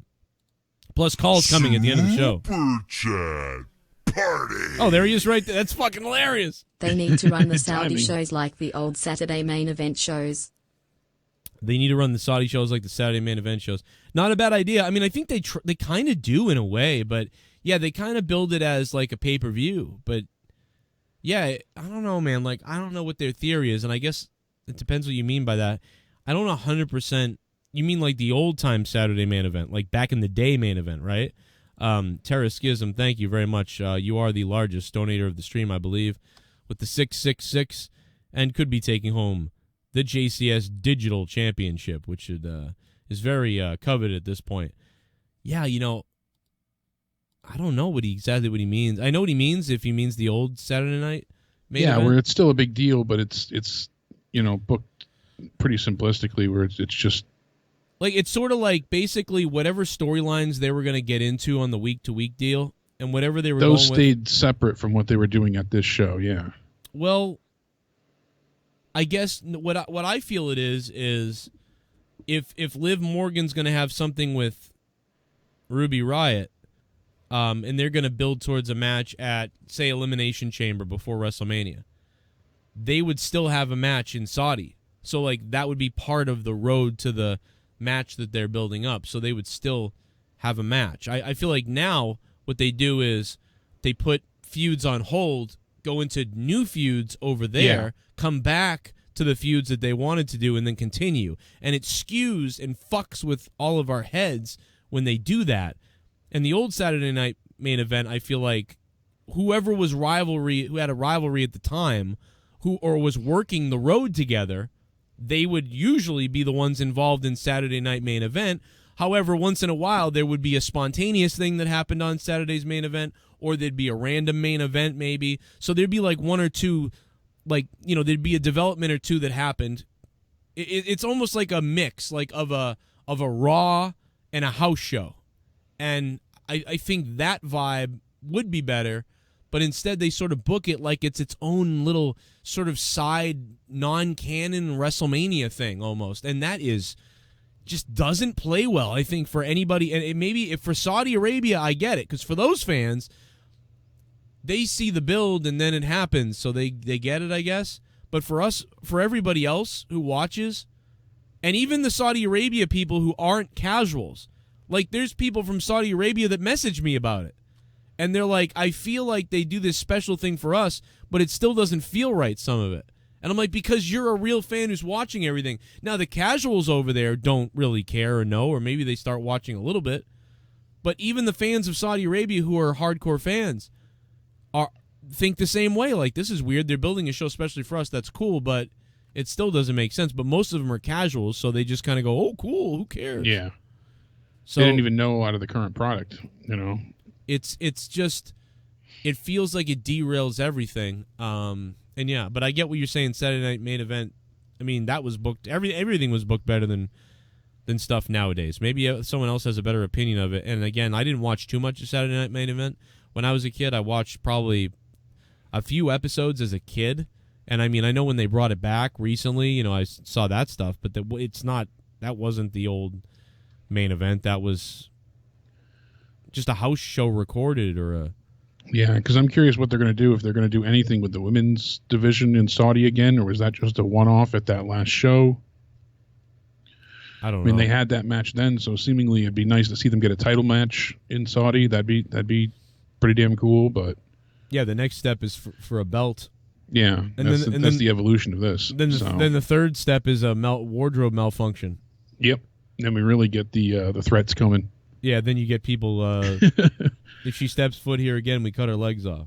Yeah, really. Well, cut the tits off first. Oh my God! Gotta gotta ramp up. Holy shit! And then, the Sunday show, we're getting Ricochet, and now we know Lesnar. And granted, I know that's the most logical in the sense of what the story that they've been telling. Ricochet came out, challenged Brock. Brock kicked him in the dick, took him to Dick Kick City. He did the same thing to help, get Brock eliminated from the Rumble. Now he's got his chance to face him one-on-one, but he doesn't stand a chance, and that's the problem. I think most fans would have went with Lashley here to see a really good fight. That's been a story in the making for ages, and I think a lot of people would have preferred that over Ricochet. I just don't believe Ricochet is a credible challenger towards Lesnar at this point in time, even at all. I mean, really. We had to really, really suspend disbelief with Balor and Daniel Bryan, but they're so technical, and they were able to basically phrase it in such a way that it worked. Right. And even then, I wasn't the biggest fan of either of those matches, but it worked better than at least what I expected. With Ricochet, I just see it being another Kofi incident, 3 seconds done. Yeah. I do too, and I think it's almost, I don't know, it's a waste. Yeah, because they've already done this with a bunch of the little guys, I guess. We've seen the same story. Oh, you're faster than Lesnar, so you start to get a little bit of offense and you go for his knees. Maybe, everybody low blows Lesnar. Everybody and their mother, they always have to. Even for Rollins' WrestleMania win last year, everybody has to low blow Lesnar to beat him. And he's obviously not going to lose before facing McIntyre. Exactly, and that's why this, and Drew even said, when I go to face Lesnar, not when I go to face the WWE champion. So they're not even counting this really, and it's an unfortunate. But at least if it was Lashley, I could see them really, giving Lashley a shot over the next few weeks, build him up a little bit more, and he hasn't lost. He beat Rusev twice, and I know it was helped with Lana, but he's still on a win streak, so they have something there. And it's not because, it's my guy, because I'm not big about Lashley. I just think that would have been more interesting than what we got with Ricochet, obviously. I feel like that's such a waste entirely that it was pointless. I think you and I are going to disagree heavily here, so this should be interesting. But Did you like the opening to Raw? With Randy Orton coming out and basically muttering a few words and walking away? I think that I don't... Okay, so I watched it and I thought, I don't really care for this, but in my head I was listening to the crowd and they were fucking furious. That's the most heat we've gotten to a transitioning character like this and ages. And the last time we got it was the same promo from Roman Reigns. Right. So same setup. You destroyed a favorite. He beat The Undertaker. Randy destroyed Edge's neck. Same idea. You come out, you go to mimic, you're going to say something on the mic, the crowd boos you off. Great crowd response. But I feel like Randy and Trailbound and I were talking about this. Randy's such a veteran that he would never be at a loss for words. He's so calculated and manipulative that for him to not know what he's going to say, I see him in the moment being conflicted and not wanting to kill Edge, but going through with it anyways because, he's psychotic. That's the character he portrays.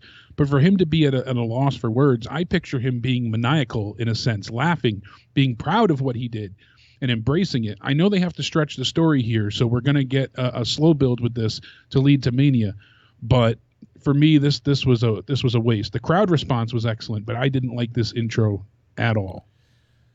Yeah, I think the crowd made it for me, so I didn't bother getting angry about it. I kind of accepted it because the crowd. It was just such a copy and paste of what they did with Roman. Yeah, it's basically what you said. It's not really to do because they were like, oh, he's got so much heat because they didn't know what the crowd was going to do. But they figured what they figured was when he got finished, when he went to walk away, then the crowd would really boo. That's all we're getting from him. That's what we're now. So they thought the crowd would boo, but right at the end. But they were right from the beginning going after him. Yeah. So yeah, it would have been. He could have said something, but it really doesn't matter. So I was okay with that one. I'll let that one pass.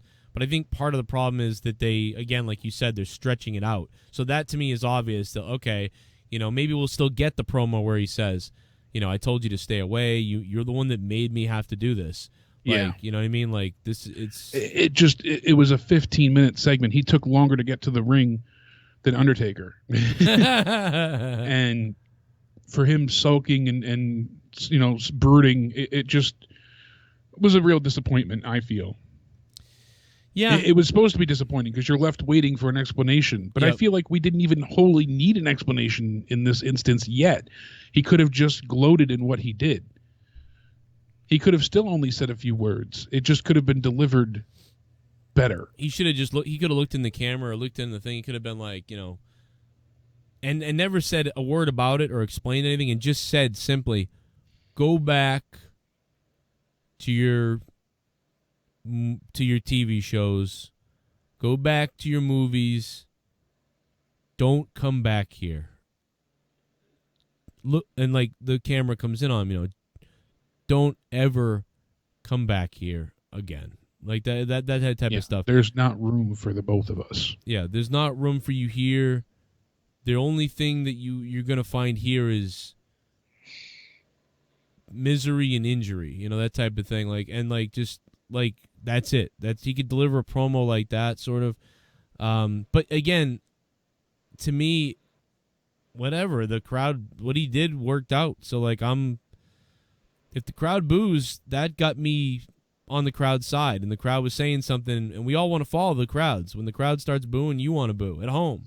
When you're not sure how you feel, the crowd really sets that atmosphere for you. So I don't know. I guess I can't criticize this that much, but I was surprised. But at the same time, I was also surprised when Jericho returned and said nothing, and then walked around, and then just left. I was surprised by that, but I was like, that was awesome. So, and I know... Yeah, that was unprecedented at that point in time because it was so unexpected. Yeah, and I know that, like you said, Roman's kind of done this. Now Randy's done it, but, this one, I'll let this one pass to me. With all the other bad stuff that happened, at least the crowd, if they can recover next week, this won't be something that I'm hung up on. But if this is how it's going to be for a bit, if this is what they continue to give us, which is my worry, then, a lot of sour grapes from there. Yeah. And I give, the arena a lot of respect for making it to the show. They navigated through this blizzard to make it. Yeah. So Salt Lake City, I figured it'd be a very moderate to low attendance. And it was pretty jam-packed for this big blizzard being out there blocking the roads. Yeah, we had heard all the way up to the show that they're going to cancel the show. There's going to be no Raw maybe tonight. They opened the doors a little bit early for people to get in, and we heard NXT might be in its place, and they might write a show for that. All these crazy rumors coming out because they don't know what they're going to do. And I was on my way to the arena when we had that blizzard here, and then they had to cancel it and do that live SmackDown a few days later, back after Roman won the Rumble. So that's when they did it from WWE headquarters. You also expect Randy Orton to come out and say stuff like, you might have been okay, Edge, you might have been okay coming back if you'd stayed away from me, but no, you had to eliminate me from the Rumble and that type of thing. You should have just stayed at the Rumble, that kind of... I wasn't going to hurt you. He's just always so cold and calculating and outright evil. You picture Orton as a heel, and you view him as, punting the whole McMahon family and DDTing everyone and just going, basically crazy. It's so to see him so conflicted, I liked that last week, but with this... he should feel justified. He shouldn't feel guilty or remorseful. I like the idea of him being like, man, outside of the WWE Edge, me and you would have a beer, we'd raise our kids, we'd go camping together and all these type of things. I really didn't want to have to be the one that snaps your neck. But now you made me have to break your neck again. The target on your back, the target you have is literally on your back. It's on your neck. I know where you're hurt, and you made me have to hurt you. You're making me have to be the one to end your career. I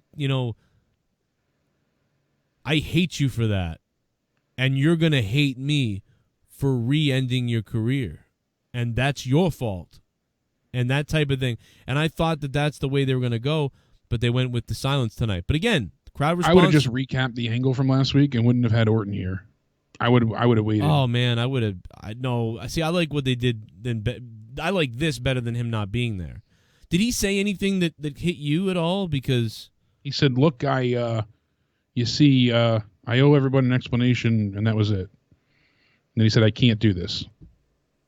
Yeah, see, like that's what it was. The "I can't do this." I was trying to think of what he said last. Yeah, he hemmed and hawed while the "You Suck" chants broke out throughout the arena. Yeah, I would have had him go into that sort of thing, like, you all think this is funny, you all think this is fun, you think it's fun to cheer for Edge, he's back, and if they were going to do that, then go for it. But if not, to have him seem so unsure. How do you think I feel knowing that I'm going to have to end my friend's career? Like, I mean, you're all just selfish. But they didn't even go with any words at all. But that's, I get it. I'm 50-50 on it. The crowd reacted so well that how the hell can you argue with that type of heat that they had? Could have done anything.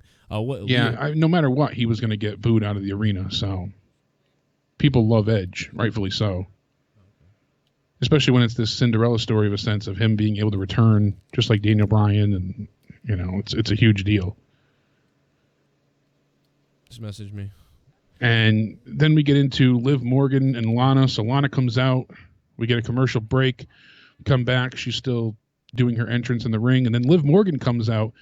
And it was here that I noticed that it doesn't look like they have their usual light guy with them tonight, whoever controls all the lights.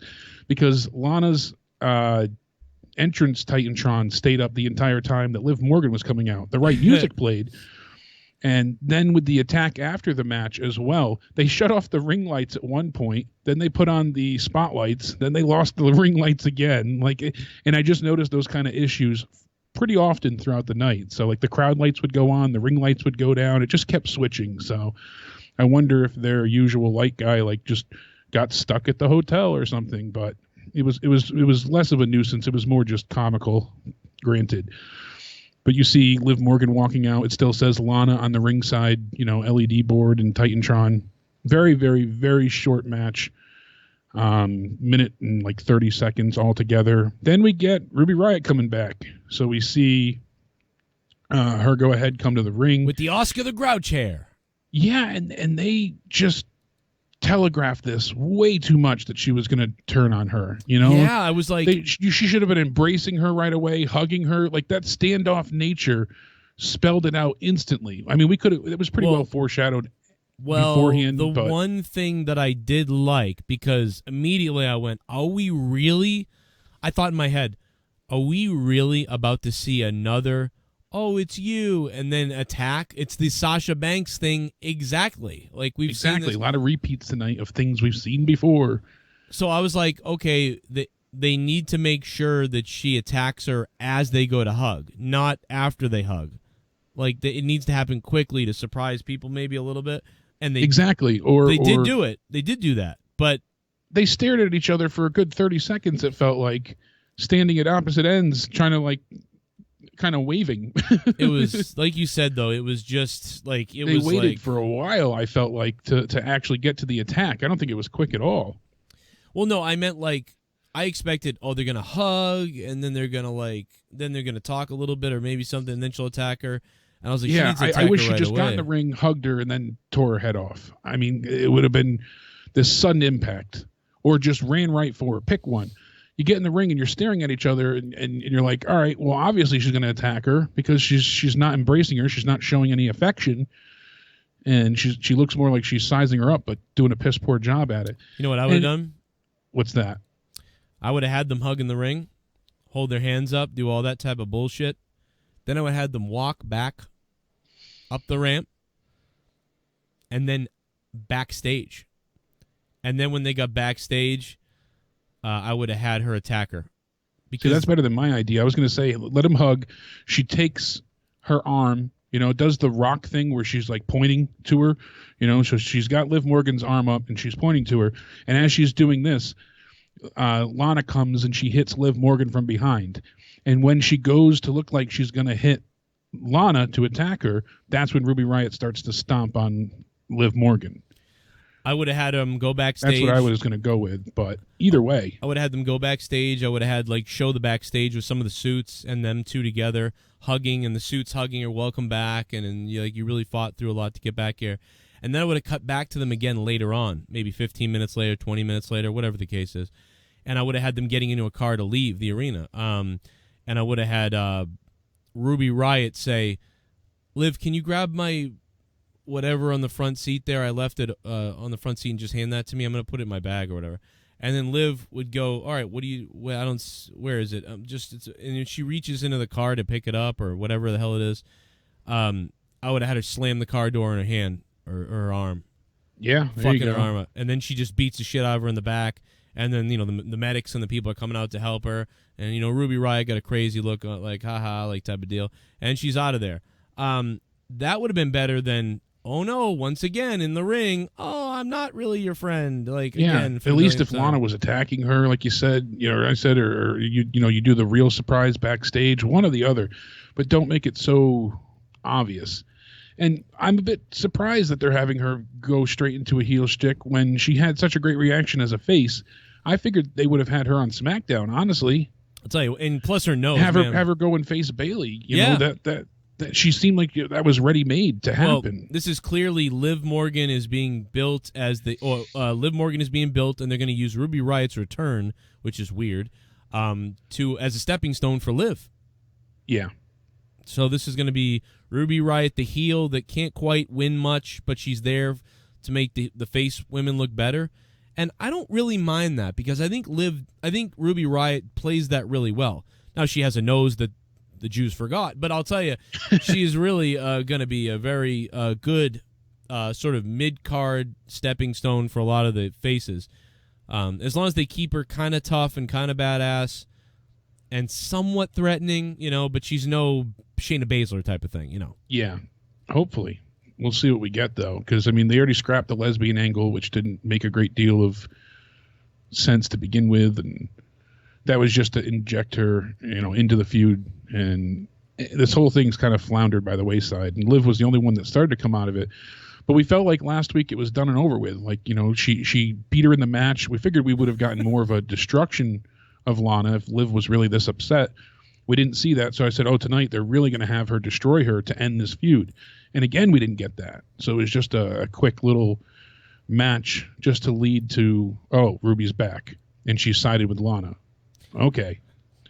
Let me go to the donations here. We're way behind. Let's see what's up. Super chat. What about Goldberg versus Roman Reigns in Saudi?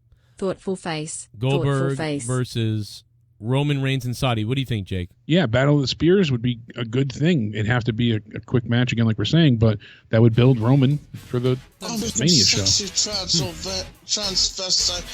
Roman wins.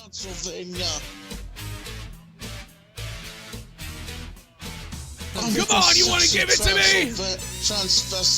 From sexual Transylvania. You want to give it to me? Sexy transvestite from sexual Transylvania. Wow! What's up, Joe and Jake, with your milky cracker asses? Fuck Raw tonight and fuck your white devil asses. Oh. You see, the white man has been keeping the black man down for 400 years. You motherfuckers ain't putting my black ass in chains. Bet you won't. Fucking cracker asses. Hey, Beyonce was looking pretty good with Jay-Z the other day. They're like millionaires. Oh, a little bit of the bubbly. Taking back the black. Look at this stuff. Oh, a little bit of the bubbly. That's it. I heard from a little birdie that WWE wasn't profiting off NXT moving to the USA Network. If that's true, then fuck that vanilla midget indie developmental factory. There wouldn't be an AU if WWE was giving fans what they wanted. I don't watch Live anyway. Mike Gamilto, thanks for the $3. Yeah, when you think about it, they kind of they hurt AEW, and then if they're not profitable themselves, it's just kind of funny. Like if they, I don't know. Super Chat Party. I don't think they care if it's profitable. Will the women have a match at Saudi this year? Will the women have a match at Saudi this year? I don't know. I feel like they will have one match again, but I don't like to hope so. Yeah, I would think so, but And yeah, as far as and that was another thing that wasn't announced was Real YT. USA Network for NXT. So we were hoping that would be a big money get for WWE as well. So that and the second Saudi show, they should have really came above projection. So them coming up short is really bad. yeah, and especially when AEW was just basically like signed for like hey, great job, well, network loves you. Now NXT is told, yeah, they're not, doesn't really do much for us. You know, it's like, so wow. So AEW, TNT is loving it, and USA with NXT is just kind of like, oh, all right. Super chat. Super chat. Is Ray suspended too? Why did WWE write him off? No, I don't. Well, that's a great point. I don't know what's going on with the Ray situation. Maybe they're just resetting him. Super chat. Thanks for the donation. Returns costing Taker for WM. Victor Allen Jones, thanks for the $2. Goldberg versus Taker, and Sting returns costing Undertaker. Our WrestleMania match, Sting and Undertaker. Super chat. I'm down. Party. I'm down with that. Shout out to the Girdles. Frog, cow. Shout out to the Girdles. Hang on, let me try something else. Shout out to the Girdles. Shout out to the Girdles. Appreciate that, Bri Guy. And thank you, especially for the cows. It makes me think of Bailey's sound clip. Hang on, let me try something else. That's Bailey's moo cow sound that he makes. It's quite wonderful. Bri Guy, thanks for the $1.99. We got more coming in. Before Bri Guy, I want to say thanks to Y Society, Victor Allen Jones, the real YT, Mike Amelto before that, and taking it back for the black. Thank you for the $7. Taking it back for the black is the top donator right now. Super chat. Party. Steve Callan coming in. Raw 3/10. The whole show was AIDS. I'm right there with you on that one, man. I was going to give it a 4 out of 10, but yeah, I get you, man. I did not like Raw tonight, really. It's just run-of-the-mill type of stuff. Directions are all wacky because of the Saudi Arabia show. They really need somebody new over there to start writing or helping or thinking about these things. I mean, WWE, fuck commentary. Can you just hire me, so I can hire Jake and a bunch of other people? I would hire a team of, people that would, oh my God, dude, we'd change the whole show. It'd be great. Please, WWE, I don't know, somebody hire me. A Cyber Power PC, hire me for your sales job. Something, man. I see these problems. They're so easy to fix, in my opinion. And even if they're not easy to fix, they're worthwhile trying to fix. And it's instead these people just cruise along failing. And it's stop doing this. Why are you doing this? Oh, a little bit of the bubbly. That's it. Want some bubbly? Look at this stuff. Oh, bubbly. A little bit of the bubbly. That's it. In back I put that lesbian in her place. She was eating my pussy the other day and I found out she was scissoring Lana this whole time. Wait till next week when Miss Sarah Logan helps me finger my pussy while her husband pounds me from behind #greenbush. Ugh. Green Bush. Oh, God. Good God, Dirty Ruby Riot. That is nasty as shit. Let's see what else we got coming in. Super chat. Super chat. You guys hear Lawless area was below Charlotte? I heard that, and somebody in the chat earlier was also saying Y Society, did you hear Lawler say, what did I say, or something like that? Yeah. What am I talking about? Yeah, what was that about? I missed it. I don't know. Did you hear it live? Because I didn't hear it live. No, I saw it in the chat before. He was writing it over and over again, trying to get us to talk about it, and I was like, I'm going to remember to talk about that, and I forgot. Yeah, I don't know what that was. I guess he probably said at one point, what am I talking? I missed it. I wish I could find it because it sounds like it's hilarious. I mean, I don't know. Byron Saxon and Tom Phillips sound like the same person on commentary almost sometimes. And then Lawler comes in with his things, and listen, I can take one phone call before later on. I'm going to take more calls in a few, but I will take one right now if I can get it to go in. 305 is on the phone. Hello. You're live. Are they here? 305. Yo, 305. We don't have them on here, it looks like. Oh, really? I don't know. I think they hung up. God damn it! There goes the one, the one call, the one call we get, and they hang up. With the way the Skype glitch is, now we can't take another one, so we blew that only call. God damn you, 305! You messed it up. AJ Styles is out indefinitely with the shoulder injury. He's recovering way ahead of doctors' projections. This is a statement from WWE themselves, so no set timeline. AJ said he'll be back before Mania. WWE did say, that he's recovering ahead of schedule, though. So we'll see. And this kind of builds into what I was getting at to continue with Raw. Next up, we get Drew McIntyre, Mojo Rawley. So, great promo from Drew. Again, I really like what he had to say here. He's got the crowd behind him, and I liked the way that he played off Mojo. Problem is that it was Mojo. This is kind of what we said last week. It was unfortunate that the OC is not buried, but that they have to get beat as a tag team. You never want to see an established tag team get beat up or destroyed by a single person or a makeshift team. That's what happened last week. But with AJ being gone, you can slightly excuse it because, these guys can be rehabbed when AJ comes back. Now they're building Mojo by introducing Riddick Moss as his bodyguard per se. And he's going to be defending the title constantly. They even go and say this is a non-title match. And it's like, why put him here? Why have him be the one to get beat by Drew when you're trying to elevate the 24/7 champion? Yeah. I don't feel like I'm hypercritical for this one. I feel like this was a big slap in the face to all the work they've done the past few weeks of making Mojo champion, making him outright say that he's defending the belt, in the ring. It's no more hide and seek. And then he got beat in 7 seconds. And then it looked like Mojo kind of jumped the gun because Drew didn't even get his jacket off, and he was going to do the count. You could see him start, and then he just ran and did the Claymore because Mojo turned around. So I think he had a little miscommunication there. But I was upset that we didn't get the 3-2-1 Claymore count again because I think they need to get that as over as possible. And with hearing how receptive this crowd was to Orton, I feel like they could have gotten one of the best reactions yet to that. Right. Yeah. This is, that's the time when you want to see it, Yeah, when you have a white-hot crowd. So I was like, all right, he did it to Mojo. Maybe Riddick will get the 3-2-1 and he'll hit him. They'll call an audible. But they didn't do that either. So great promo from McIntyre. It's funny. I like what he had to say. He's funny. He's the sexy Scott, This is, dude.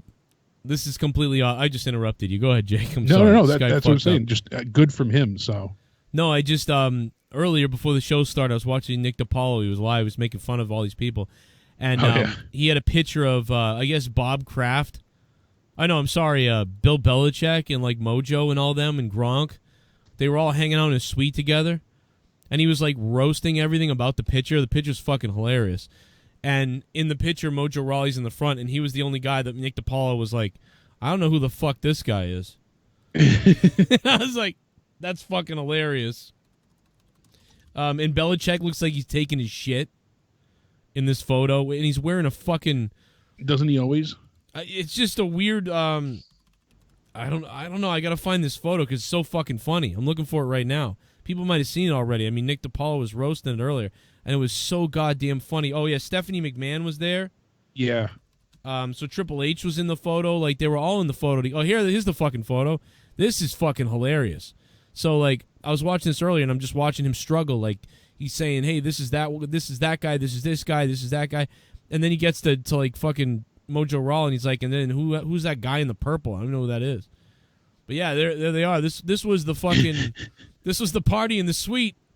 Belichick and Triple H, and I guess that's so there's Belichick, Triple H, Belichick's wife or whatever, Stephanie McMahon, there's Gronk, there's Mojo, and a whore. And so they're all there. No, it's probably Gronk's girlfriend. But yeah, Belichick though, this fucking look at that face. Look at this face Belichick is making. It's like the funniest face you've ever seen. Like he's just like it looks like somebody that definitely sharded. He looks like he's shitting himself right there. Like yeah, like I didn't know we were gonna. Oh shit, there was beans in that dip. Yeah. You know what it is to me is like Belichick doesn't know how to smile, so he knows it's unnatural to him. Yeah, he's like, what do you want to do? What do you want to do? You want to take a picture?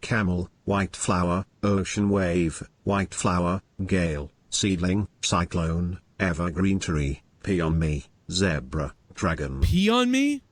Do a little basketball dance off the concrete.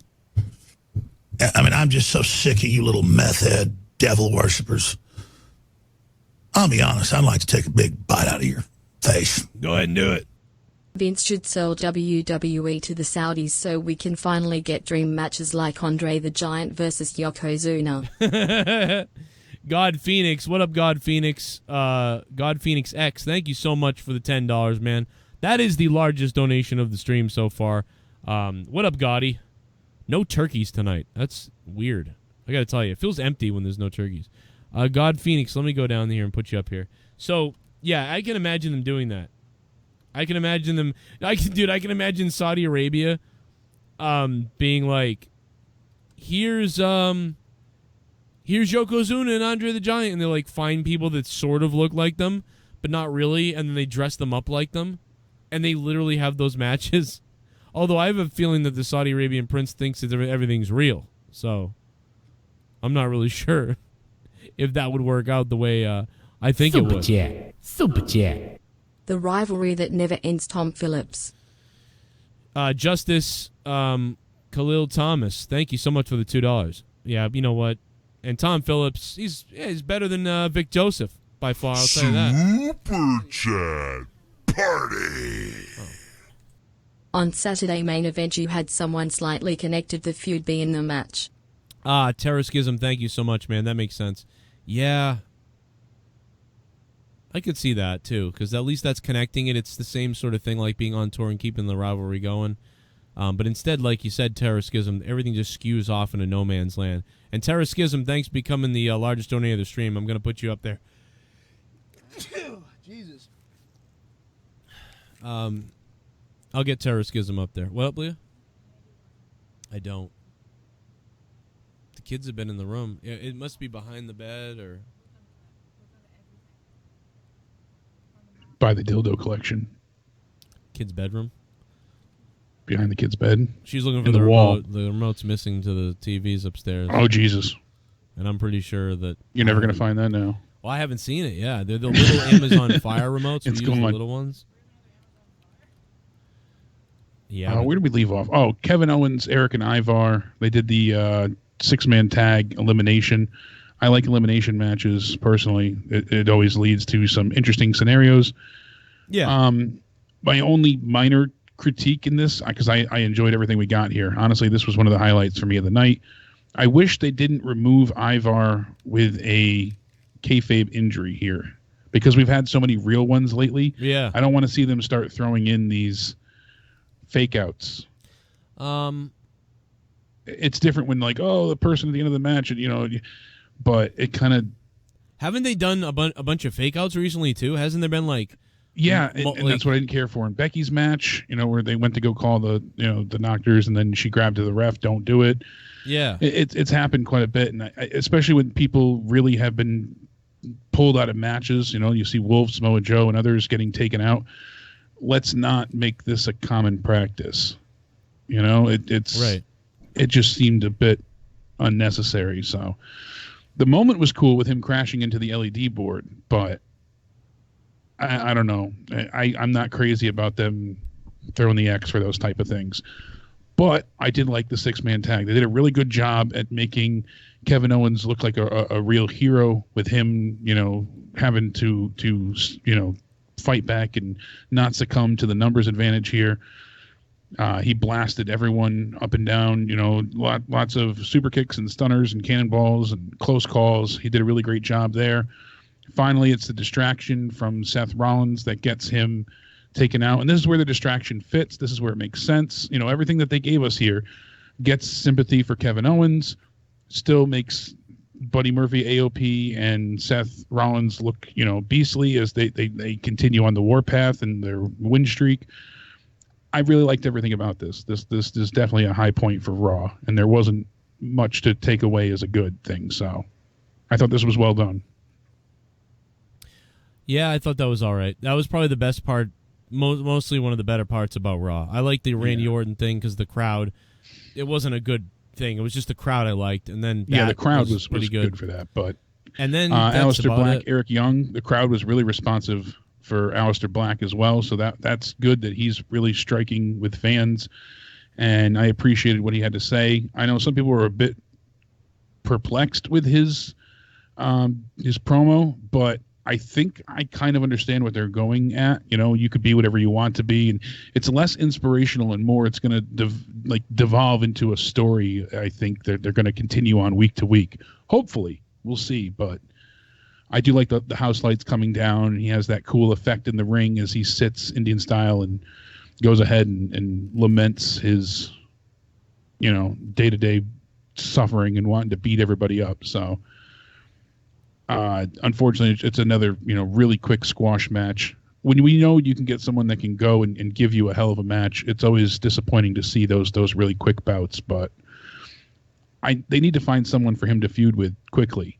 I don't know who they're going to have go into that, that spot, but I don't even really have an idea at this point in time who they could put there. Yeah, I don't either. I don't know. I mean, there's a lot Next of things up, you do. we get the Latino Hour. Yeah, as I like to call it. Anyone from Latino descent, get to the ring now or forever miss your chance. Or the replacement. So they have Humberto Carrillo in the ring, and they're recapping the hammerlock DDT that he did to Andrade last week to write him off for his suspension. And that's when we see Angel Garza is making his debut with Zelina Vega. Now, I've heard conflicting reports so far. One said that this was his official debut. Another one said this is temporary, and Garza's only coming up from NXT now to supplement the loss of Andrade. So we'll see what happens. But this went on for far too long, way too long. She spoke a lot for Garza. Then they finally get to the point where you get a little bit of interaction between the two, and it just a lot of nonsense. Wasn't really well done. That leads to Rey Mysterio coming out to try and even the odds and save Humberto. Why they made it that Humberto needed saving after giving him this huge moment last week, I thought that was a bit of a silly choice, honestly. I would have liked to have seen these two just go into a match. I know that's what they're building towards, but it was odd to have it built this way. Granted, it felt very out of left field. And then we get Rey Mysterio against Garza, and now they took Rey out with the same hammerlock DDT on the floor. So Rey does win, essentially from DQ, or you can call it a no contest, but that was a 15-minute match almost. It was like 13 and a half minutes. So you add that in with the promo of 10 minutes before. We've had a half an hour, almost 35 minutes with commercials here, and it felt just lackluster. I'm sorry, but Garza and Mysterio was rather boring, and maybe Rey. I heard at one point he had some nagging injuries that he wanted a little bit of a break, but that was never confirmed. So he doesn't seem to be suspended. Nothing like that at this point in time is going around. Garza was always good in NXT, and he suffered from the same issues that others have in his position, where one week he was a face, then he was a heel, then he was a face again. But I'm curious if they're going to build him up only temporarily and then have him go back to NXT, or is Zelina Vega going to manage him and Andrade at the same time? We'll see what happens. Yeah, I wonder. I mean, I was thinking that too. Like, just put her under a stable with all these different people now or whatever. But maybe this is them. Maybe the other thing about this is that, I mean, it seemed like they were going to take her away from Andrade. And it was probably had something to do with Charlotte and Andrade wanting to be their own thing or something or other like that, where Zelina Vega was causing some kind of rift or they didn't want it or some kind of bullshit. So then it seemed like they pulled the plug on that completely, which I thought was good because the fans didn't like it. We all were like, that's stupid. First of all, it's just the wrong thing anyway, but then nobody liked it. So they pulled the plug on that. And they changed direction, it seemed like. But now, with Andrade being out for 30 days with the suspension, like you said, will they go back to each other, or will this now be the storyline where Andrade comes back and there's a conflict with what's the new guy, Garza, Yeah, Angel Garza. So Garza, and so like now he's like, now like she works for me or she's my manager, and so they have a fight, and now she stays with Garza instead. I mean, maybe, or will they, like you said, just revert back, or will she manage both? You know, I don't know. Yeah, we'll see. I'm curious to see what happens. So, not in the good way, just to see, you know, overall. You know, it's troubling because I could picture them just building him for the next 3 weeks, and then Andrade's back, throw him to the wolves. So I'm hoping it's not a waste. Yeah, hopefully not. And then we covered everything with Becky and Asuka. The Natalya match was okay, but should have been shorter. It sucks that they're burying the tag titles overall. I mean, you can actually say those are buried. And then we have the main event, which, again, is very odd to have Ricochet win logically. I understand from a storyline perspective what they're going for, but that match is going to be really, really quick.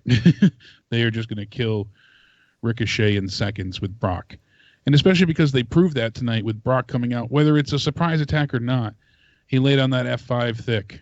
Usually when he takes someone down, he kind of bounces a little bit. He drove Ricochet into the mat. There was no give. Ricochet did not bounce back up. He planted him into the mat. So we'll see what happens, but I'm shocked about. I mean, we could get a good match with Ricochet and Brock, but I'm really worried it's going to be just a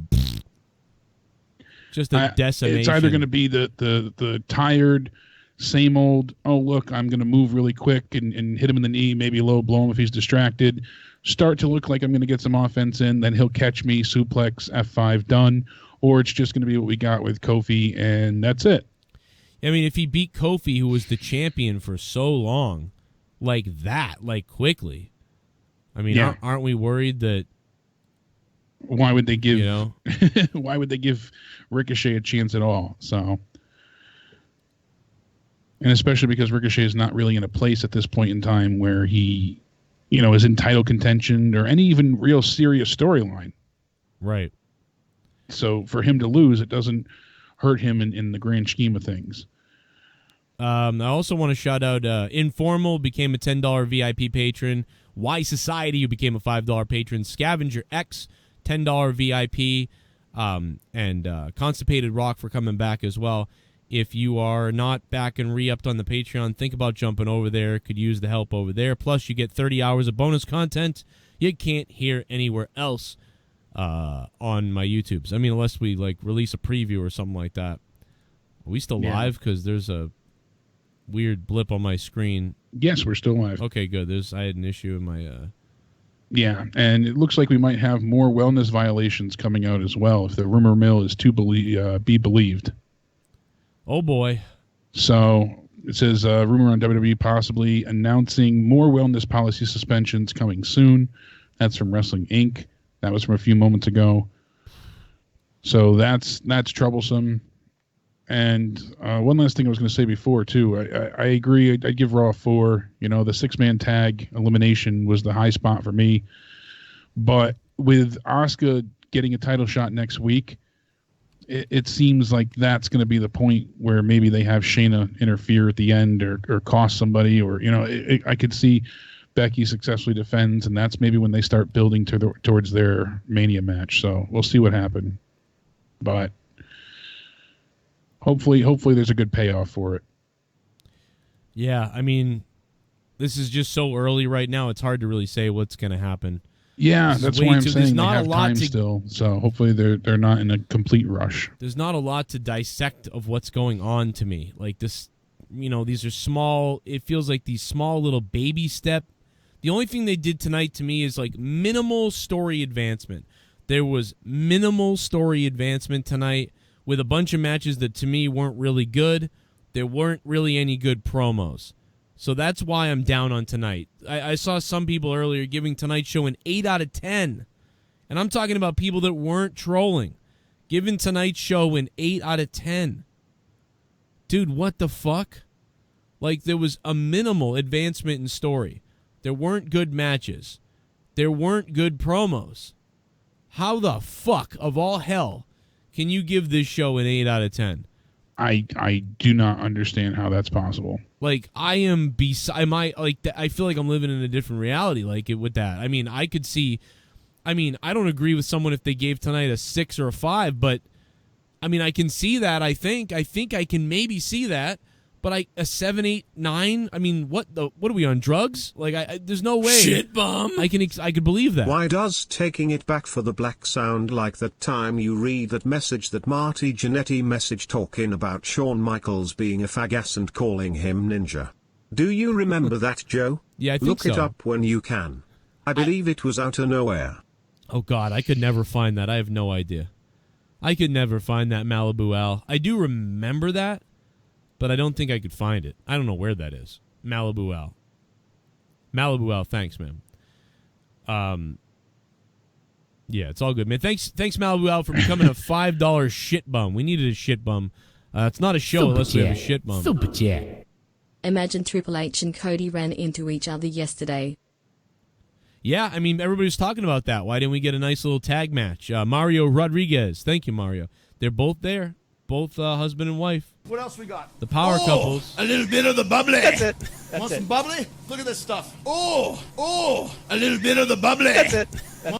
Goldberg versus the ring post at Super Showdown.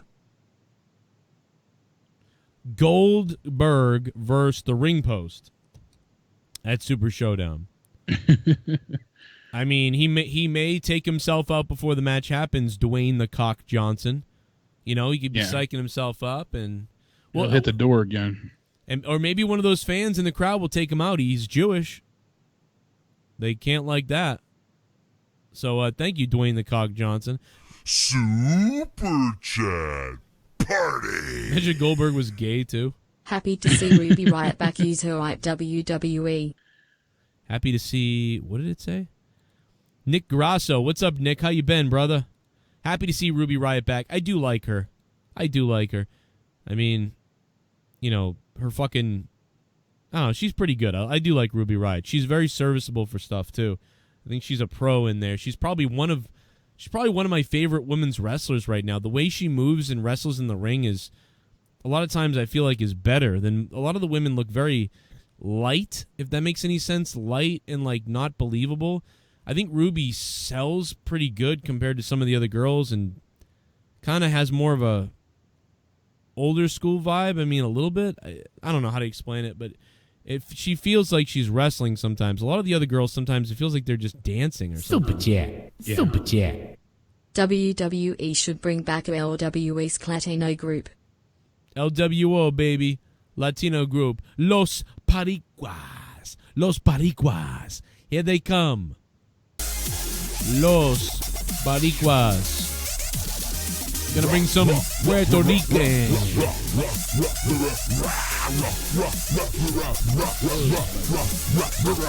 Yeah, baby. They're back. The Boricuas are back. Right back.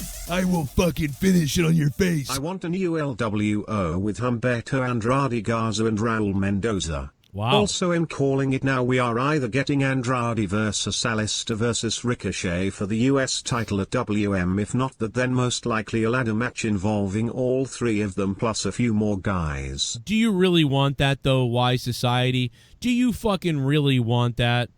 Think about it, man. We've already got Lucha House Party. Do you want another one of these goofy stables? Because it won't be good by WWE standards, Wise Society. One of the Lucha House Party is actually injured right now as well, I believe. So. Oh, whoa. Lucha. Grand Metalik is great. Put him in singles against anybody. Wise Society, Mario Rodriguez, thank you. Undisputed Viper, thanks for subscribing to the channel, man. What's up, and what's up to the chat? We are caught up on donations.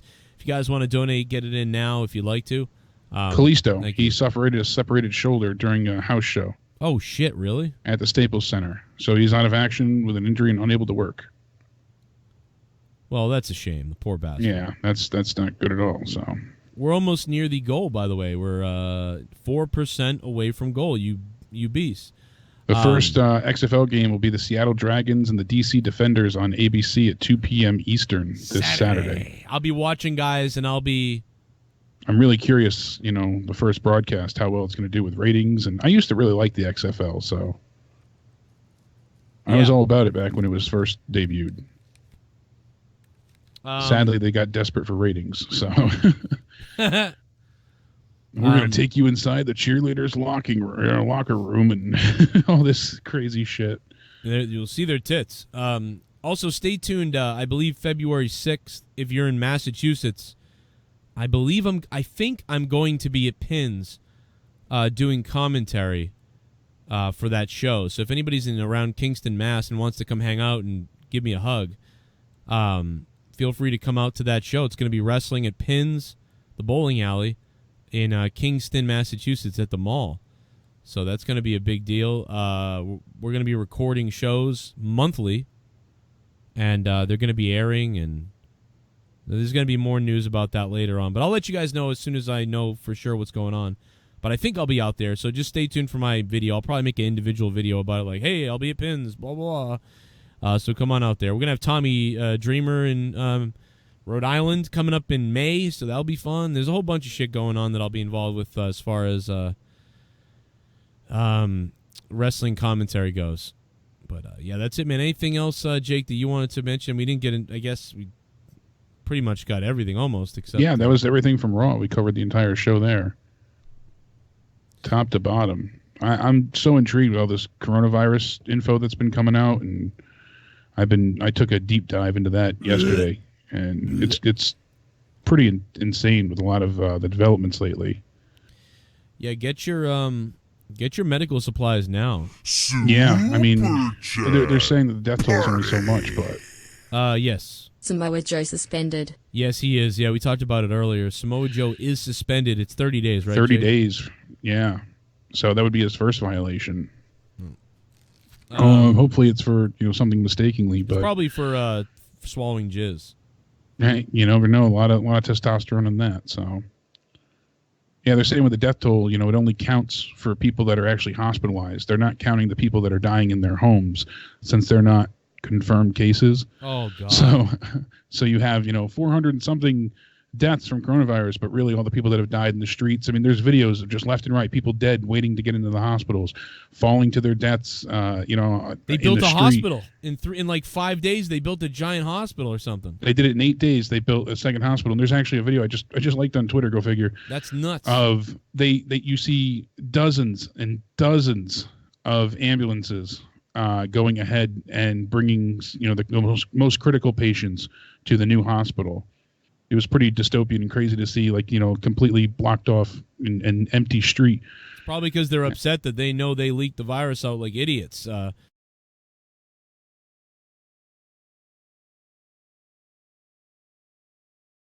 no. I don't know if their donations are paused or not, but yeah, I paused them. Stuff is crazy, that's for sure. I mean, just one update after another.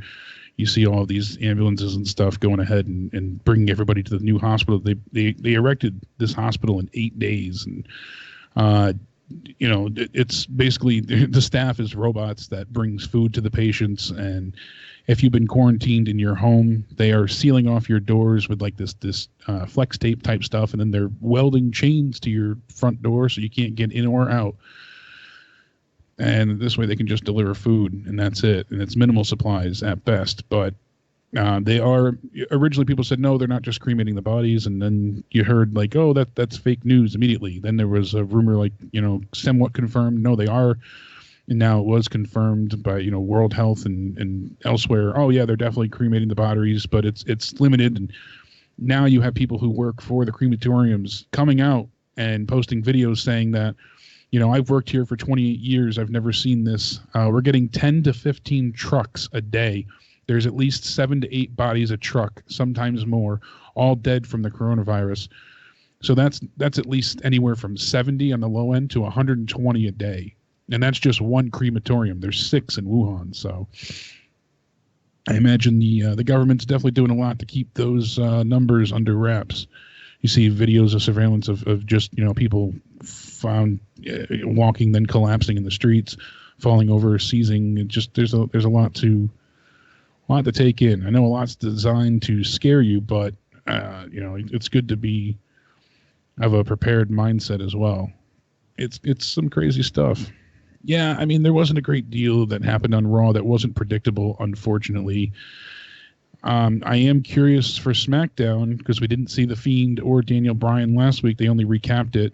If we're going to get any updates with that, are we going to see Roman finally start to make an attempt to go for the title now that he seemingly should be finished with his feud with King Corbin? Who is Goldberg going to face at the Super Showdown? You know, that's another one. So it says here, Ricochet reacts to fan outrage over Brock Lesnar attacking him on Raw. Ricochet says, can't you all just enjoy things? Haha. You figure that he would go ahead and be on the fan side of those not wanting to see him get his ass kicked. A lot of people felt that WWE should have let Ricochet celebrate his huge victory instead of letting him get mauled by Lesnar immediately. So you figure Ricochet would be on the side of fans here, going ahead and those wanting to see him celebrate rather than immediately get your ass kicked. But hey, you know, that's how he feels. Go for it. I am surprised with, you know, some of the booking that we're going to see as far as Super Showdown goes. I mean, we don't have much yet in shape of a card. We did hear that we would see The Fiend take on Kane at one point. That was advertised. We also heard that The Undertaker will be there in attendance as well, so I'm sure that will happen. I mean, I'm curious if they really go ahead and pull out some other crazy matchups, but CBS updated their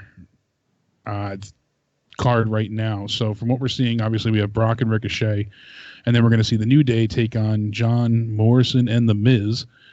And predictions on their end, they're saying that Braun Strowman will defend the Intercontinental title against Shinsuke Nakamura after Strowman used the exposed turnbuckle on SmackDown to become the champion. We'll see Nakamura get a chance to go ahead and retain the title once again, although I'm sure Braun will be successful in retaining. They're also saying that we'll get a Hulk Hogan appearance.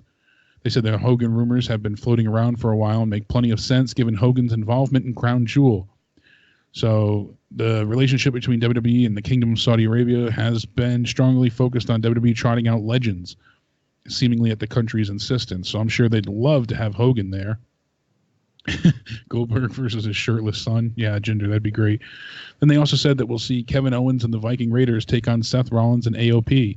There may be another entrant in the match on both sides, with Buddy Murphy and Samoa Joe as possibilities, but we know now that Samoa Joe isn't going to be there in time, so maybe they'll find somebody else to team with Kevin Owens and the Viking Raiders. But they said that things broke down further tonight with the six-man elimination, and that action could be used to set up for some sort of six-man tag with a real stipulation, you know, falls count anywhere, no disqualification, something like that.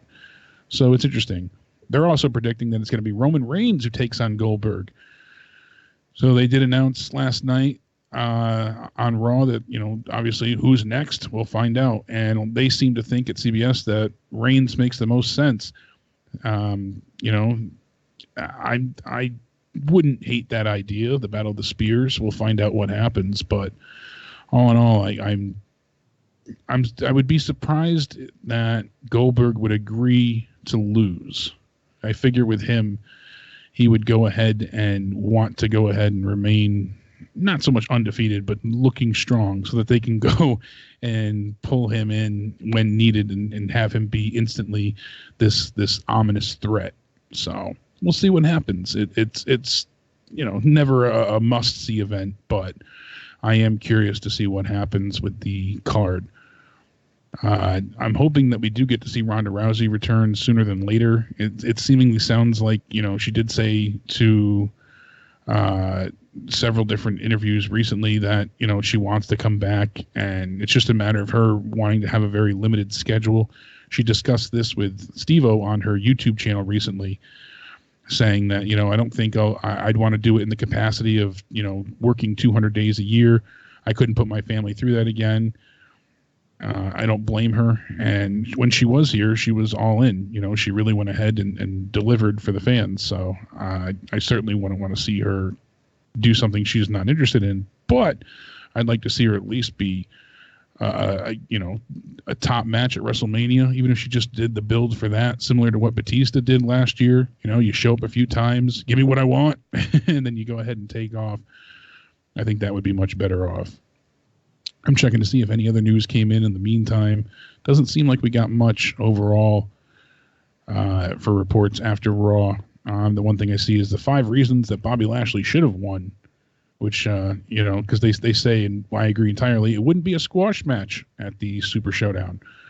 And I can't help but agree with that, plus something new. So that's certainly, they say box office draw is one of the reasons. I agree. And I think it would also help build up more heat with Lesnar. So, and it's been a dream match for a while. I am surprised they didn't go that way. When he was announcing the match today, you kind of knew what they were going for, but I was hoping that wouldn't be the nail in the coffin for Bobby Lashley. I'm curious who else is going to fail a wellness policy. Who else is going to violate that and go ahead and get suspended? If that really is the case, and more names are to be announced soon, as we're seeing this report, Wrestling Inc. said it before. Now we're seeing Wrestling News chime in as well. They're saying here, we're seeing more with backstage reporters saying that there's more than one person who failed the wellness policy this week in the Southern California area. If you watched Raw this week, you might be able to come up with a couple of guesses on the names who might have failed. We'll pass along updates when we hear more. So obviously Samoa Joe is one. We'll see who else goes ahead and pops up on that radar. But it is interesting to, consider if it's anybody's second violation, that puts them in danger of missing Mania because they won't be able to build towards the show. That's for sure. So, that would be a huge change for their plans. We'll see what happens, though. I'm curious how long AJ Styles is going to be injured. I would love to have seen him do something with Edge at Super Showdown, but now, it seems with reports that Edge is going to go ahead and not be back for quite some time. We will see the build for Mania, but until then, it seemingly looks like we're not going to get much from him until probably just a few weeks before Mania. Then at that point, they'll start building for WrestleMania. Chat, go ahead and tell me what was your favorite and least favorite moment from tonight. Like I said before, I really did enjoy that 6-man elimination tag. I didn't really care for what we got out of the whole return with Ruby Riott. I felt like that could have been handled much better. They telegraphed that and made it so obvious, and it really does make me worried that past next week when she gives the explanation, she'll just be thrown to the wayside and we won't really see much from her, granted, anymore. I think she's going to have a little run with Liv and then lose to Liv. She'll lose to Liv, and then from there, it seems like we just won't see her anymore. I hope that's not the case, but that's kind of what it seems to be. Pretty sure she signed a 3-year deal or something. Yeah, no, granted, but I'm saying, we won't see her of anything of prominence or note. She'll just every now and again, like a Natalya or like someone else, she'll pop up, have a match, lose, and then just like Sarah Logan, we saw her lose to Charlotte, and then we won't see her for 2 months. Well, this shows you that they believe that she is, and how she was booked before this, is that, she's a mid-card heel who can really help the faces kind of get over. So she's seen as that. She's seen as that. So that's exactly what you're going to get. But I think they value her like that. I think that's the only thing is we're looking at it like, they don't value her, they hate her. I think it's the opposite. They actually love to utilize her to help situate or prop up or elevate face talent to get them over to the point where they can get into the championship realm, or even just to put them into the high mid-card. So she's a lower mid-carder heel who's going to try to elevate faces for the upper mid-card and for the top card. So to me, that's what she's been doing, and now they've already right away rushed her into that. Liv has come back. She's looked all right with the little thing with Lana, but she really needs to win something now. She really needs to shine for a second or get a win or get a big match win. And, Yeah, because when she was, part of the Riot Squad, they went almost an entire year without her getting a victory on TV. You know, it's not like this has been, Yeah. untraveled territory. People saying they've charted these waters before. So people saying in the chat that they want Ruby Riott to have a push are in for a mega disappointment. yeah, rude awakening, and that's my worry, because she was over with her return with the crowd. People were excited to see her, and I feel like it's a big miss. They could have put her right back into a big picture engagement. She could have gone into some type of title contention, or pair her up with Liv for now, have them go for the tag titles, and then break them up. Give her a chance. I think that would have worked better in time than what we got tonight. So I'm on Twitter, and Justin Gregory, I think, actually found the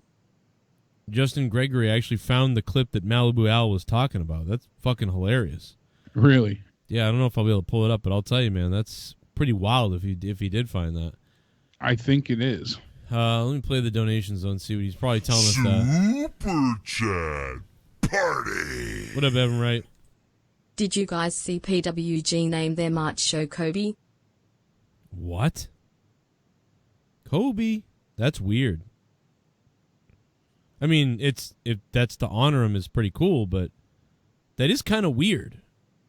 Like, a guy dies and you're like, let's name our show after him. Yeah. Like, that's kind of like, I mean, using his name a little bit to sell tickets, kind of. Yeah, that's how I felt. It was more like same thing with, like, you get with the new Barbie line they have. The disabled Barbies and all that stuff. Have you seen those? I'm disabled Barbie, wheeling up the ramp. I wish I was joking, but I'm not. Oh my god. PWG cloud chasing Kobe's corpse. That's fucked up, man. Give it a hell yeah! I sent that Marty Jannetty clip that Malibu Al was talking about on Twitter. Oh, it's there a it is. short clip, but I'm sure it is it. Justin Gregory, man. What up, Justin Gregory? Thank you, bro. I'm going to check it out in a second. Yeah, I had a great idea for Kobe. Instead of the 24-second violation, when there's a 24-second violation, you hear the buzzer go off. I think now they should change it to like a chopper sound. Oh, I'm sorry. That's fucked up. But no, seriously, dude, why the fuck would you use his name to sell tickets? Now, if they're donating to, like, all the proceeds of the show to, like, a Kobe fundraiser or to the, something, women's basketball, so, whatever the fuck, something that Kobe Bryant would have liked, a charity, why, otherwise, like, that's fucking weird. If they're just naming it that and they're keeping the money, that's kind of weird. That's a clout chase of desperation to me. That's not... Maybe they meant it to come from a good place, but to me, that's trying to make money off someone's. I don't know, dude. That's fucked up to me. I don't get it. Unless it's going to charity. Someone correct me. I'll consider myself stupid. I'll consider myself a mongoloid. But right now, that just sounds bad to me. That does not sound like a good idea to me. I don't know. Yeah, no, I agree. God damn it, that's weird. Hey guys, I'm going to be calling my new show this week Friday night and monetize this. Instead of monetize this, it's going to be Kobe ties this. And I would announce there where I'm doing a podcast for Kobe, and I try to build it up. And then we're getting all kinds of donations, and it's called Kobe, and it's just weird. That's weird. You get like $700 in donations, and my show's called Kobe Show or Kobe Night. I don't know. Yeah, if you were raising money for something with his family, maybe, but if Right. that's not the case, that's why I said with the diversity Barbies. You have Barbie in a wheelchair and amputee Barbie, and it's this whole line. You have trans Barbie, you have Ken with long hair trans Barbie. I'm not even kidding. And if it was to raise money for special interest or some type of mental health thing, that'd be one thing. But they're just doing it to tout and virtue signal. So. Going over to the chat, Daryl Stoltz says in the chat, DeMarco, he was trying to hit us up by tagging us, which makes sense. Ruby Riott should have returned to NXT and formed a tag team with Shotzi Blackheart called the Punk Rock Ragdolls to go after women's world tag team titles. Fuck yeah. See? That's interesting. That could have been cool, yeah. Instead of generic, like, number 7 attack. They could both come out in the tank. I like that better than fucking what we got tonight. Some people would see that a little bit, though, as like her like getting in the way of Shotzi's deal, but I think Shotzi might be a better tag team wrestler right now from what I've seen of her. I think they could benefit each other nicely. For a little while, until they break up or whatever. I mean, that's better than what they did tonight, because what they did tonight was like the regurgitated 7th time of what we saw. That was pretty much the epitome of this night. Everything felt regurgitated and samey, time and time again. And that's why, to me, it's like, we're really gonna do the same thing over again? We're gonna do this, like, you're gonna give this an 8 out of 10? Like, what the hell? Yeah, and that makes no sense to me. I don't get it either. The Cronin virus is running rampant over the United States right now, chat. I love all the doctors that are showing up to neighborhoods with fully armed, assault rifles, and those bullets are filled with medicine. Oh yeah, that's funny. They're running it across the homes. Yeah, you have everyone in the full hazmat suit showing up in ambulances with arming their assault rifles.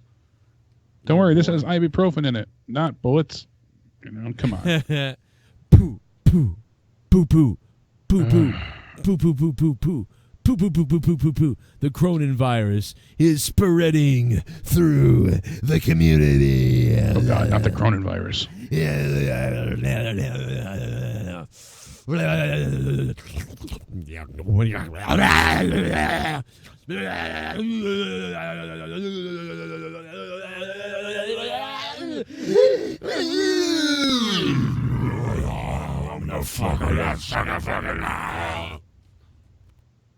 Sorry. Totally just the flu. Nothing to see here. It happens. You'll special needs. The detail says 8 out of 10. Well, I mean, listen, man, if you liked it, I mean, God bless you. What the fuck? Just can't believe that, man. Yeah, can't believe that you really think it's an 8 out of 10, man. I wish we could take more calls, because I'd love to hear. Yeah. How they can justify that. I'll get out of here in a minute so people can actually call in. Oh, yeah. When Jake leaves, I'm going to take your phone calls, guys. I'll the be phones ready. I'm dying to know how people can actually say. If it's trolling, it's one thing, but logically, how you could view this as an 8 out of 10. I'd love to know.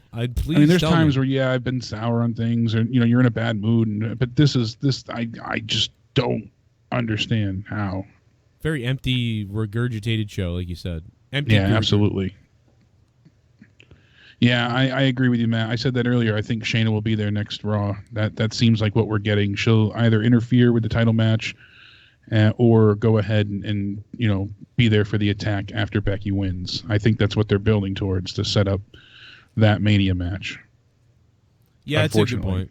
It's a good point. The Cronin virus is kind of just AIDS. I mean, basically. But we don't have to bang It's like the ass. super AIDS, but... Yeah. But you can catch it by breathing on people. That's the thing, or licking the skin. You don't have to penetrate someone, and it's way easier to get the Cronin virus than AIDS. That's the problem. Fuck it out of 10 from Chris J. That's Necro, right. Fun out 5 of out of 10. Too much wow. talking. Mookie I Betts. agree, YT. Yeah, we know Mookie Betts is leaving, man. He's definitely not going to come back. No. And shout out to the Girdles. Now, Terror Schism 999. He is the top donator so far of the stream with the 1313, man. Thank you for coming in with that 1313, man. It could take home the digital JCS championship tonight. We'll see what happens. But yeah, I guess we'll get the closing thoughts from Jakey. Yeah, I mean, hopefully we go ahead and they start really ramping up post Super Showdown to give us a memorable Mania. I mean, some of the matchups are there, and I'm intrigued to see those. I do want to see Charlotte and Rhea Ripley. I do want to see, The Fiend and Roman. I want to see Drew and Brock. I just don't want it to get to the point where I'm like, Christ, just get this over with already. Hopefully they can retain some of the magic that is WrestleMania. Yeah, I hope they can get there with it. It's scary, though, to me right now. Yeah, we'll see what happens, but TSS wants to know if the cure for the coronavirus is the crayon. I don't know, man. I think it might be feeding the virus, to be honest, when I'm drinking it. It might be making it worse. I think it's making it worse for me, yeah. I think it's making me want to just, it's keeping me sick and I like it. That's the problem. It's keeping me fucking sick and I like it. I'm about to kill it. Oh, wait. Oh, shit.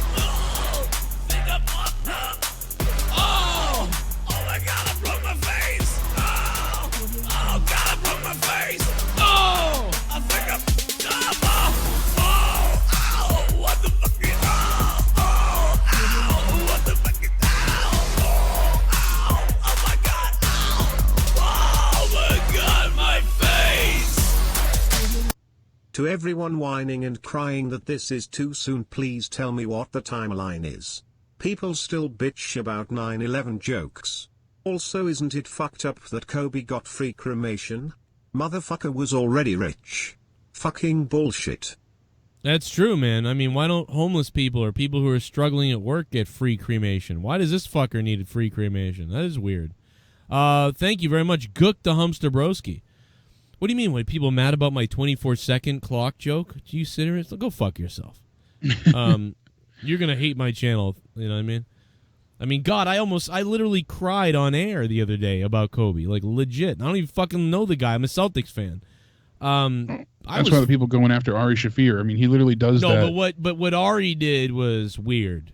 He does that for every single person that's a celebrity that dies. But that's weird too. That is weird. That's not because people basically, they idolize someone immediately as they passed, and any wrongdoings that they had fade away as their celebrity status rises. So I get what he's going for. With the community value. I get it too, but it really feels I don't know, man. Well, then he also took down the video immediately once he found out her daughter was involved, and that's why he posted that statement saying, "Oh, it was tragic." He posted it immediately as Kobe died. Oh, see, I thought he knew the daughter died. No, he had no idea that the daughter died. When you look at the interview afterwards. But he has daughters. He has kids, though. You know that. He's got He kids. knows he has kids, but he didn't know the daughter died in the accident. So I don't know, all right, so I guess to me is I'm here. But what makes Kobe untouchable then? I mean, you just made a joke with the helicopter too. So what's the difference? I guess it's that's 24-second violation instead of it's a chopper noise now. But that's different than I'm a well-known comedian who's going to tweet out haha, the Lakers suck and fuck this guy type of thing. That feels more like a mean-spirited troll joke. I don't know, to me, because it's you're a celebrity, so that's going to trend. That's going to get out there. His family's going to see it probably.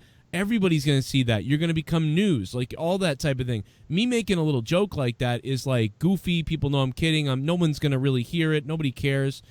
And even if I was a well-known comedian, even if he told that joke, I'd be okay with that. If Ari Shaffir told that joke, okay, guys, been a couple days. Can we change the 24-second buzzer from a buzzer to a helicopter? To me, that to me is a joke. That's kind of funny. What he Tony Hinchcliffe said, Kobe passing, this can't be true. That's hilarious. That's a great joke. Yeah, that stuff. Kobe never passed. Obviously that's why he had the most record points. And I'm down for mean things. I'm down for mean jokes. I'm down for it because I'm down to laugh and get over things. But I listen. Maybe I am a double standard fuck, but that to me was mean spirited. That was more bro, what the fuck? I mean, But I also hate the people that immediately oh, this is a slight against the black community. People said, I respect freedom of speech, but, you have to understand that you'll never be able to resonate with oppressors because it's not your responsibility to give a fuck. Wait, I don't even know. Is Ari Shaffir white? I don't even know who he is. Yeah, he's Jewish. Oh, well, that's typical, but nah. No, but hold on. Let me go. I'm trying to find the tweet. We went over this on Corrupted or Monetized this already, but yeah, I'm trying to find. I mean, he did it when... oh, Christ, what's her name? Mitzi died. Sure. And she was his goddamn landlord at one point in time. He used to have to pay the rent checks to goddamn Pauly Shore. So, I mean... Where is this Ari Shaffir tweet? Why is it missing now? I can't find it anywhere. I mean, I need to... Ari Shaffir, Kobe... His Twitter might be... His Twitter's locked down now, so last I saw... Why can't I... But I can't find a fucking screenshot of this. Why can't I find the fucking screenshot of this?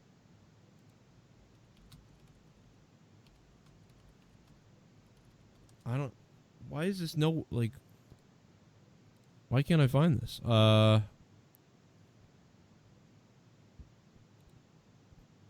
literally can't find this. It's almost like it's been scrubbed. Seems that way. Comedy club drops comedian Ari Shaffir after comment about Kobe. Yeah, because a couple places he was going to were getting a lot of death threats, so they canceled him out. I mean, Ari said Mr. Peanut killed thousands of diseased children and ruined the plane for millions of full-lifers. I'm glad he's dead. Dry roast in hell, monster. See, that's the thing. Like, if you want to, like, I'm confused. If he's making a political statement, like, I am totally down for comedy. I am so down for comedy, it's insane. Like, I don't want comedians to be tweeting, like, jokes and then banned for doing comedy. What the fuck? Like, I don't want that. No one gave a shit when he did it to Luke Perry. Yeah, he did it to Luke Perry. Nobody cares. That's still his pin tweet. Luke Perry looked 31 when he played a 17-year-old on 90210. I hated him and everything he ever did except that time in Oz when he got killed for being too into Jesus. I wish that stroke came when you were fucking Brandon Walsh's girlfriend, you old, beautiful, former child molester. Oh, my God. No one canceled him then, you know? That's the thing. No one cares. So. Well, no one cares if you go after a white person. If you go after a white person, so that's fuck white people. That's the point in this, too, you know? Yeah, no, I get it. He's white people done this die, every Kobe. single time. But, I mean... And then once he found out, oh, shit, the daughter died as well. Yeah, but yeah, that's the difference is, first of all, more people were fans of Kobe at this point in the time. Like, Kobe is way more popular now than Luke Perry at this point in life, and his daughter on the plane. So that was the difference. That is, you're right. That's the difference. I mean, right there. It's not even the white-black thing. It's whatever. Well, they made it a white-black race issue, but... Where is this fucking tweet? Why can't I find this on a fucking page somewhere, anywhere on the fucking internet? Oh, yeah, I'm trying to find his direct quote. I found it. Jesus Christ. I just found an image of it, too. So, yeah, because he originally said... he died 23 years too late today. He got away with rape because of all the Hollywood liberals who attack comedy enjoy rooting for the Lakers more than they dislike rape. Big ups to the hero who forgot to gas up his chopper. I hate the Lakers. What a great day. # fuck the Lakers.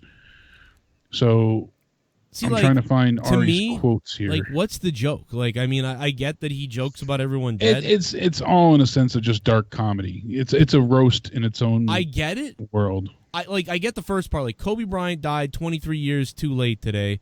He got away with rape because all the Hollywood liberals who attack comedy enjoying rooting for the Lakers more than they dislike rape. Like, right there, that's more like a political statement. Like, which I agree with, by the way. He's right about that.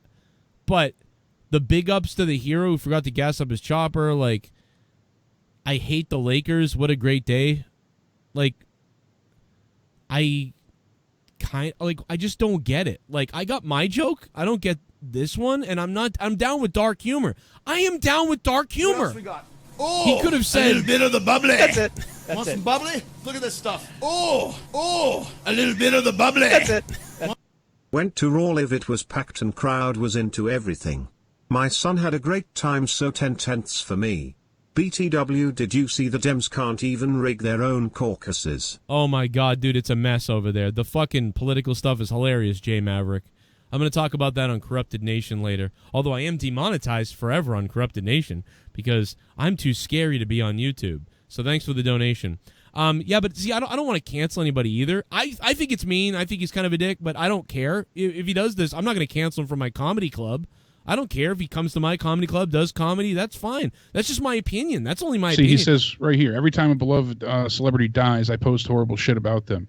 I've been doing it for years now. I like destroying gods. And right when a famous person dies, they're at their most worshipped. So as a response to all the outpouring of sympathy on social media, I post something vile. It's a joke. I don't really hate any of the people.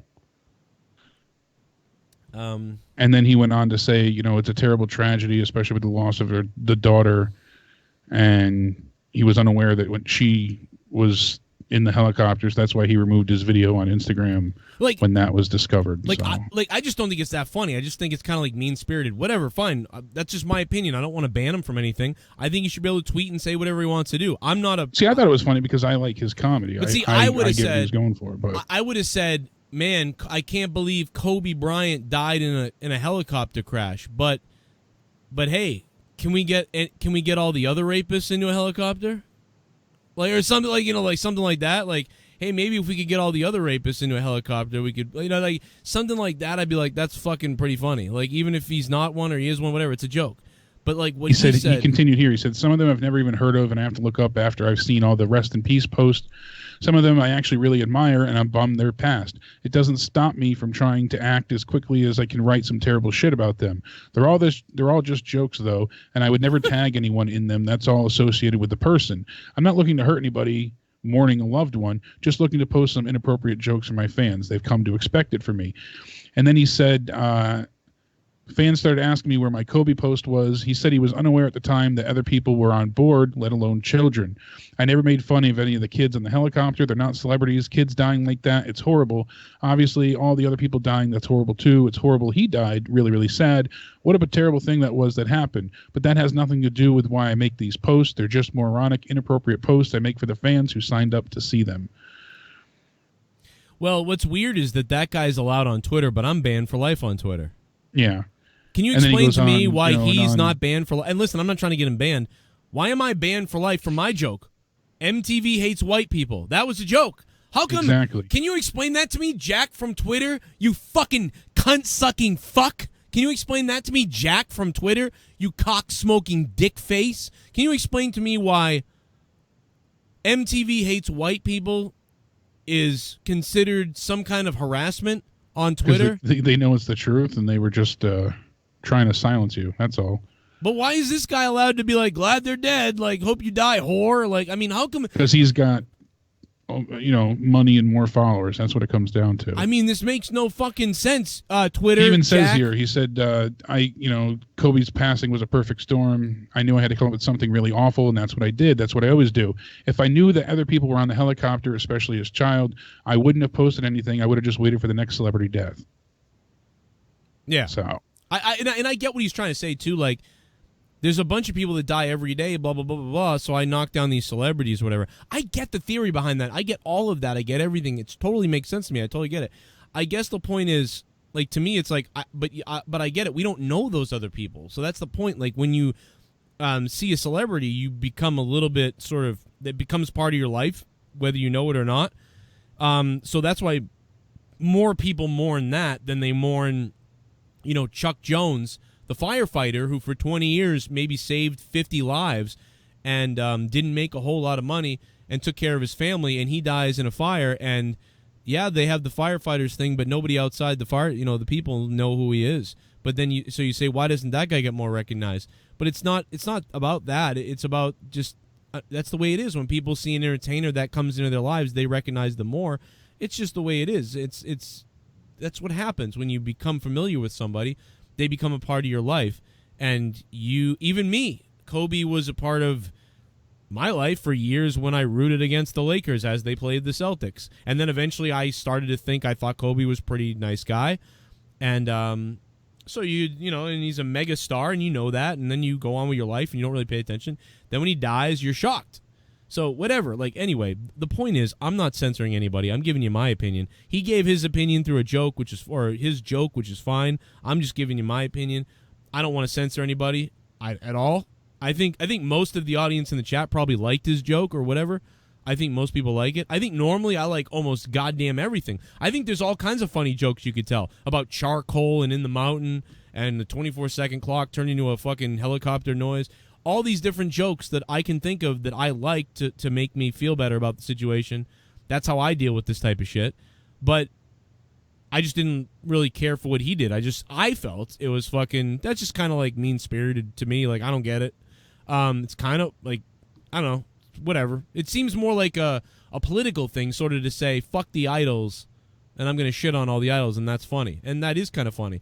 But yeah, so I'm just looking at his tweet, and I'm saying, I didn't think it was that creative. I think he could have done a lot more with it, but whatever. Like the past joke you told that was better to me. But it is funny that the guy roasts dead people, I guess, if you like that type of thing.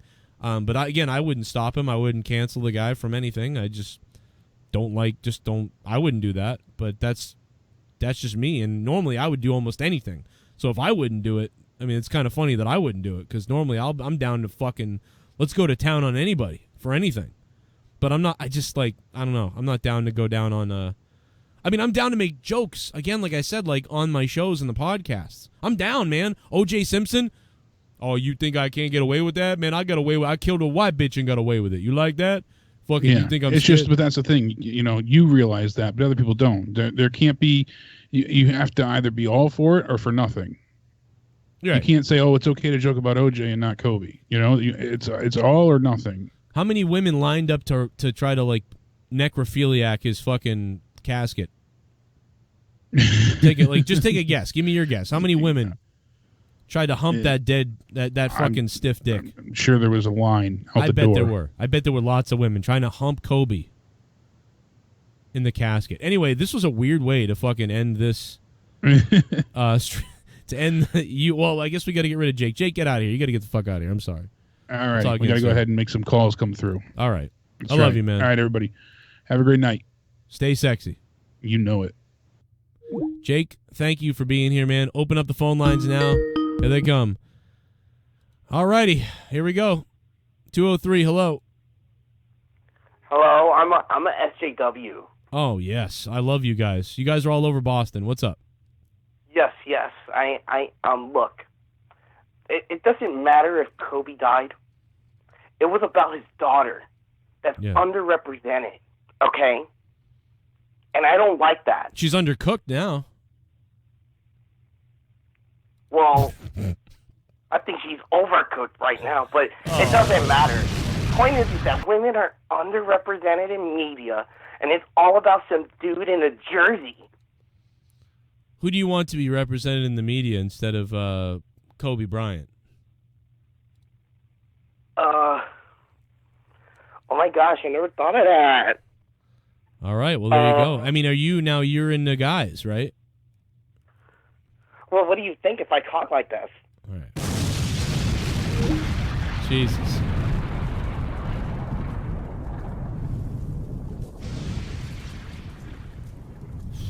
I'm sorry. That was fucked up. I feel bad about that one. Jesus Christ.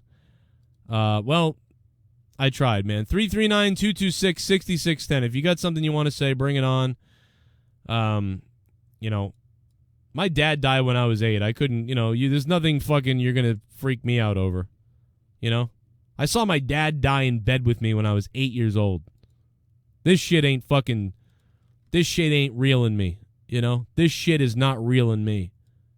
339-226-6610. I think it's past your bedtime. I think it was past the bedtime. 339-226-6610. Open phone lines. You want to talk about Raw. You want to talk about whatever. Let's go. Keep it rolling. Deshaun Latimer says, "That's a fucking child, bro, you weird-ass white fuck. Y'all some weird, demented-ass people." I don't know how old that caller was. He might have been... he sounded young, though, I will say that. That's why I hung up on him. He's too young, man. Yeah, I am weird as fuck. I saw my dad die when I was 8. Couldn't give a fuck. By the way, when I was doing my Kobe stream, I fucking cried, you fucking asshole. You fucking asshole. I cried for Kobe. Now it's time to fucking heal. It's time to heal, bro. I can't fucking sit here in misery for the rest of my life over somebody I didn't know. I gotta laugh at something, man. I say this shit about people all the time, like white people, and nobody gets mad, really. It's weird. Make fun of white people. Remember Artie Lang? I hope he dies in a hospice bed. Nobody fucking complained about that. Artie Lang die in a hospice bed. I hope this fucking one of the goddamn kids in the whatever the hell hits a goddamn tree. Nobody cared about that. The fuck? Weird Pete. You're weird in the chat, you fuck. 413, hello. Hey, Cronin. How you doing, man? What's up, man? Who's this? Big fan. Listened to a long time. But, yeah, there's a lot going on up here. I'm from Massachusetts myself with the noticing the SJW stuff.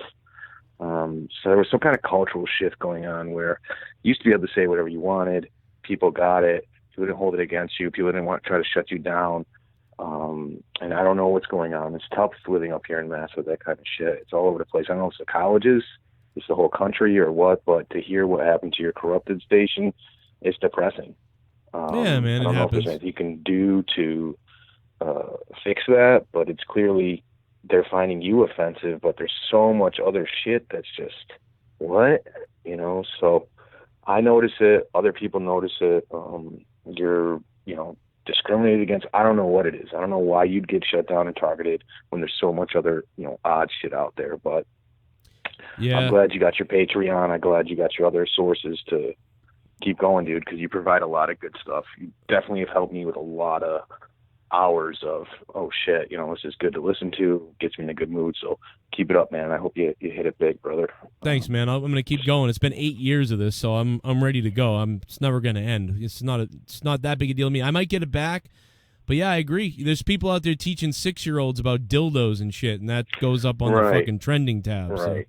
Right, that's the thing. And I don't know where this came from. Do you have a idea where this shift came from, or why? Oh, this has been, I've been talking about this for years, because it's basically, what it is the TV companies and all the Hollywood and all that stuff. You just got to picture that all these companies had their stuff going, and YouTube was taking their viewers. Do you ever see Howard Stern Private Parts? Oh yeah, man. Do you remember when they find out, they're like, what happened to our entire Washington market? And it was like, it's all been wiped out by this guy in Washington, Howard Stern. And they're like, we got to get him. Well, that's what all these networks thought. Like, where are all our viewers? Where's all our listeners? What's going on? What is happening? Oh, everyone's just watching YouTube now. And so that's why all of these companies are in the same deal together anyway. So they came to YouTube. So their goal is to shut people down. That's why you see the government getting involved in the kids stuff and the demonetizations that have happened. The demonizing of PewDiePie, who was like their top guy. Right. Because everybody's a racist. There's no more like diversity of thought, or you can interpret that as being funny. It's if you don't go with this certain way, you're a racist, or you're this or you're that. A lot of labels and boxes where it seems like one side has this moral high ground. I don't know if that's just my interpretation, man. That's weird, but it is odd, and people like you get screwed. People who even look like you or me, on the same gender and race as you. Oh, so you're really you kind of gotta going into the whole. You really think it's a race thing completely, like all fully, like you think it's all that. I don't know, man. I was born in 1982. People are people. You kind of just made your way. You were based on who you were. I never really saw a lot of discrimination or people getting held down. For example, I heard you say you lost your dad at 8. I don't have a dad myself, meaning like never met my father, but I still made it. I still made it in this world. I got a job, I got a degree, I'm doing what I got to do. I had tons of barriers to overcome, but I still made it where I am, just like you. But it seems like people nowadays are kind of saying, because you look like that, or your gender's that, you are there where you are because of that only. Oh, That's a problem. I've run into that from some people before, but I get what you're saying. And thanks for the call, man. I'm well, down. Brother, good where are you in Mass? Good man. Keep it up. Where are you in Mass? Easy. Where are you located in Mass? I'm in the Metro North region. I'm from the western part of the state originally, which is a little bit more rural, but I've been out in the Metro North region, about 4 miles north of the city for about 10 years now. There was a big tornado out in Munson a while back. Yeah, Munson, Springfield, Great Barrington. People died at Great Barrington one, but I'm from like way around the New York border. Oh yeah, like city called Pittsfield. Pittsfield, that's the city I was gonna throw out there. Pittsfield's that's like on the border. It's way left. It's a city though. It's like 50,000 people roughly, but it's different because out here in Boston you got your Cambridge, your Malden all on top of each other. Pittsfield's just Pittsfield, and there's nothing but woods. So Joe, I wish you the best. Thanks, man. Big fan. Keep it up, brother. Good shit, man. I really appreciate it, man. I wasn't trying to, I don't think it was, I wasn't going into the race thing. I don't think there's any, I get what he's saying. I know the people that do that. It's mostly white people that do that about each other. It's weird. I wasn't thinking about race, but, I mean, I get what you're saying, but I wasn't thinking about race. But I get what you're saying, and that makes sense. Let me go to the donations and see what you guys are saying. We really have gone off the fucking rails on this show today. But all I can tell you is, again, if you like that sort of talk, I try to keep that off this show, but go to my other channel, Corrupted Nation, become a patron, patreon.com/Joe Cronin Show. That's the best way to support me. Most of my patron shows are non-wrestling, so we get into all kinds of crazy shit over there. So come on over, man. And, the big thing about it, I mean, the only thing I'll say about race is that my audience is very diverse. Like, we have a huge diverse audience. 40% of the audience is a minority, or a minority, whatever you want to call that. 40% of the audience is a minority because we all just get along. We don't care about nobody gives a fuck about race or whatever here for the most part. I mean, we talk about racial things that come up and we talk about news and things like that, but here, man, it doesn't matter, man. Black, white, Christian, Muslim, whatever the fuck you are, you're fucking welcome here. It's all a good time. And we all talk shit about each other. We disagree sometimes, and that's fun.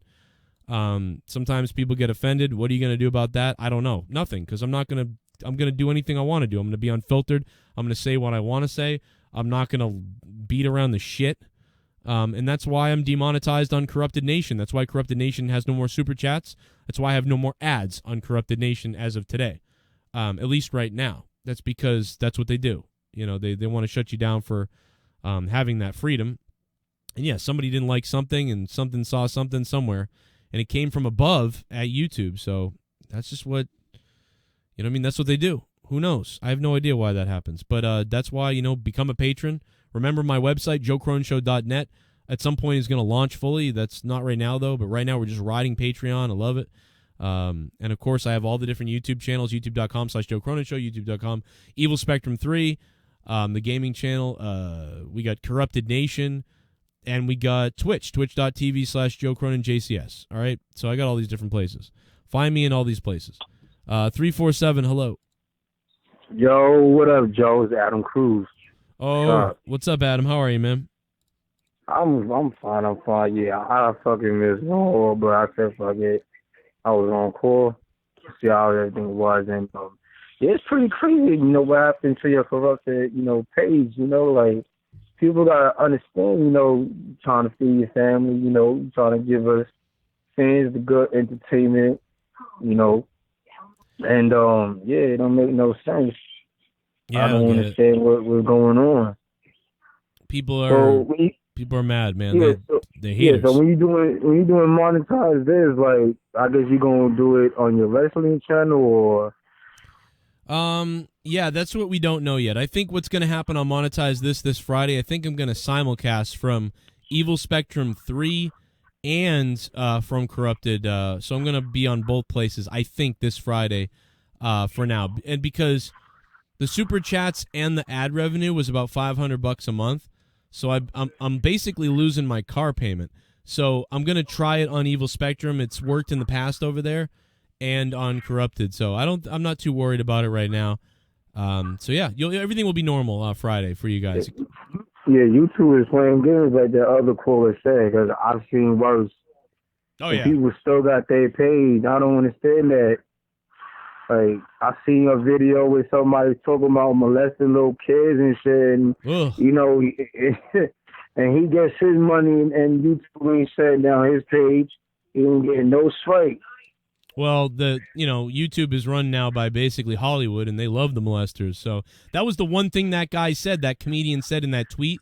I didn't really care for, going after Kobe like he did, but one thing he did say was, the Hollywood protecting the child molesters, they love to do that. So he did have that right, but yeah. No, but I mean, the whole Kobe situation, because I was a fan of his. And I'm a Knicks fan, so it's crazy. But yeah, but like, but I'm just like you. You're all a fan of him, just like me. I'm a Celtics fan, but I hated him. But now but you really love him, Yeah, I think it's a touchy, subject, and it's like as soon as he passed away, it's like that's when everybody, want to say, oh well, remember the white girl and he raped her. It's like, I mean, come on, I mean, nobody said this when he was alive, and obviously he didn't go to jail, right. So it's like why wait until he passed away to really say how you feel about him? It's like, I don't understand people, but well, dude, I'm gonna continue watching your show. Well, where's the attack on Roethlisberger? He's alive right now, and he has the same. he has the same allegations. It's the same allegations. It's just nobody knows what really happened. So why attack a guy when you don't really know what's going on when he just died? That's fucking weird. Like, see, nobody really went in on him like they doing to Kobe right now. Yeah, and what I'm really hating is like now, like like this whole conspiracy. I'm like, I can't do it. I can't. Yeah. Every time somebody says something about this conspiracy, like, oh, well, the government shot him or something like that, I can't do it. I can't. I'm way better with conspiracies now. I like looking into them and I like thinking about whatever. But I am the same way a little bit now, where it's like I can't think about it either. There's so many different ones that I'm just like, you know what? I don't know what happened. I'm not going to spend my days, investigating this. What are you going to do? There's so many of them out there. Yeah, I seen a YouTube video. They were saying, like it was a cartoon a few years ago, and it like predicted how he was gonna die. And you guys is really gonna go off from a cheesy cartoon. Well, so the cartoon, the Simpsons thing, I guess, from what I understand, the Simpsons thing is real, but the cartoon that came out was fake. That's what I'm led to believe.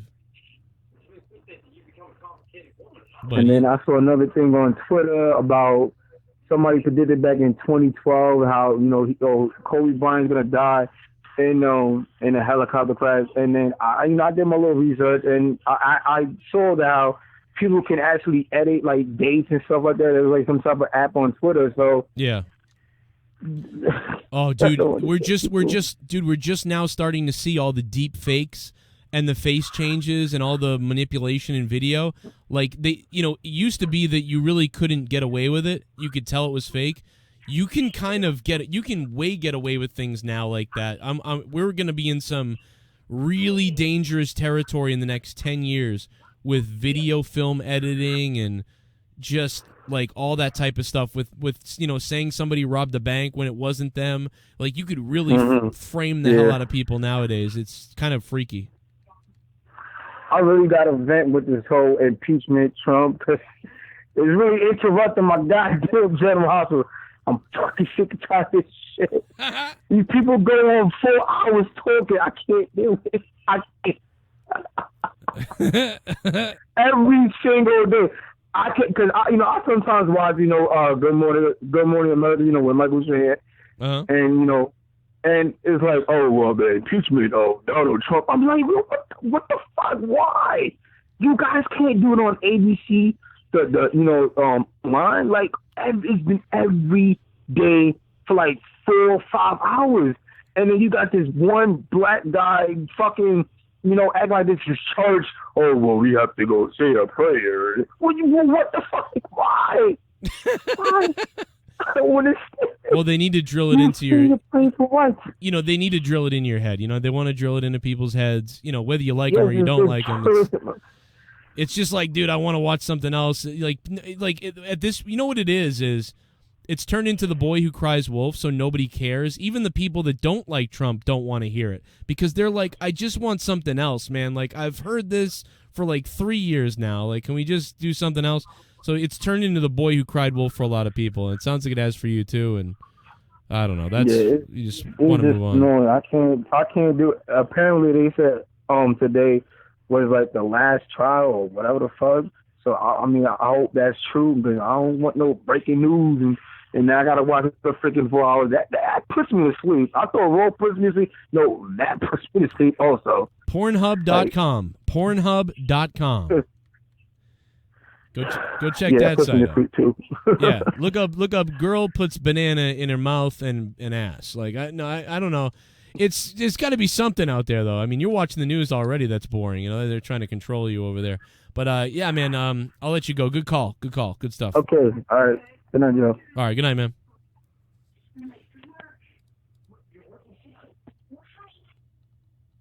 Couldn't end the call. I don't know why.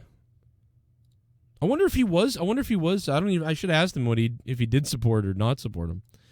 God, did anybody else like get really scared there when politics came up? Like, oh no. I mean, like, there's been no wrestling questions. Like, I'm open phone lines. Like, what do you guys want to talk about wrestling? Nobody's like, none. People are like, let's go with all these topical things. All of the worst sensitive topical things that we could talk about are coming up right now. You know what I mean? Like, what? Like, I'm like, oh no, what am I going to do? Nobody wants to hear a white guy joke about Kobe. I mean, at least that, it seems like, you know what I mean? I just don't know any better, God damn it. Oh boy. I'm gonna hop on Twitch, everybody. I'm going on Twitch right now. If you guys want to join me over there, feel free to come over to Twitch with me. Right now, I'm going live. No president 2020, Moss Blaze. I would, if I was president, I'd take you with me, man. I'd take you with me. I would take you with me to the White House. All right? And we make it the half black house. That'd be crazy, man. I'm not a Chinese, no corona for me. Can't stop thinking about tacos now, PBR, Street Gang. Joe, let me call. Bumblebee, go ahead, call, man. What's your phone? What's your area code? Let me know your area code so I can look for it. Lots of calls are coming in still to this time. Doesn't matter to me, Jason. What's up? Wrestling sucks. That's why the real YT. No doubt about that, right? Crazy Horse, what's been up, dude? What's my Twitch? Joe Cronin JCS. Joe Cronin JCS. Joe hit up DMOON. Why did he say he wanted to do something with me? Let me message him. Michael Keane, what up, dude? Who wants to play PUBG? Let me see what Moon says.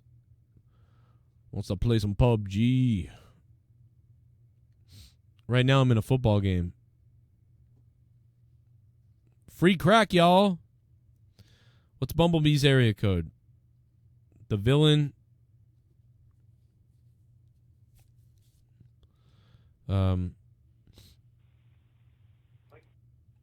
817, hello. Howdy, Joe. What's going on, man? Hey, man, what's going on? Is this the guy from Texas? Yes, sir. Texas, what the fuck's up?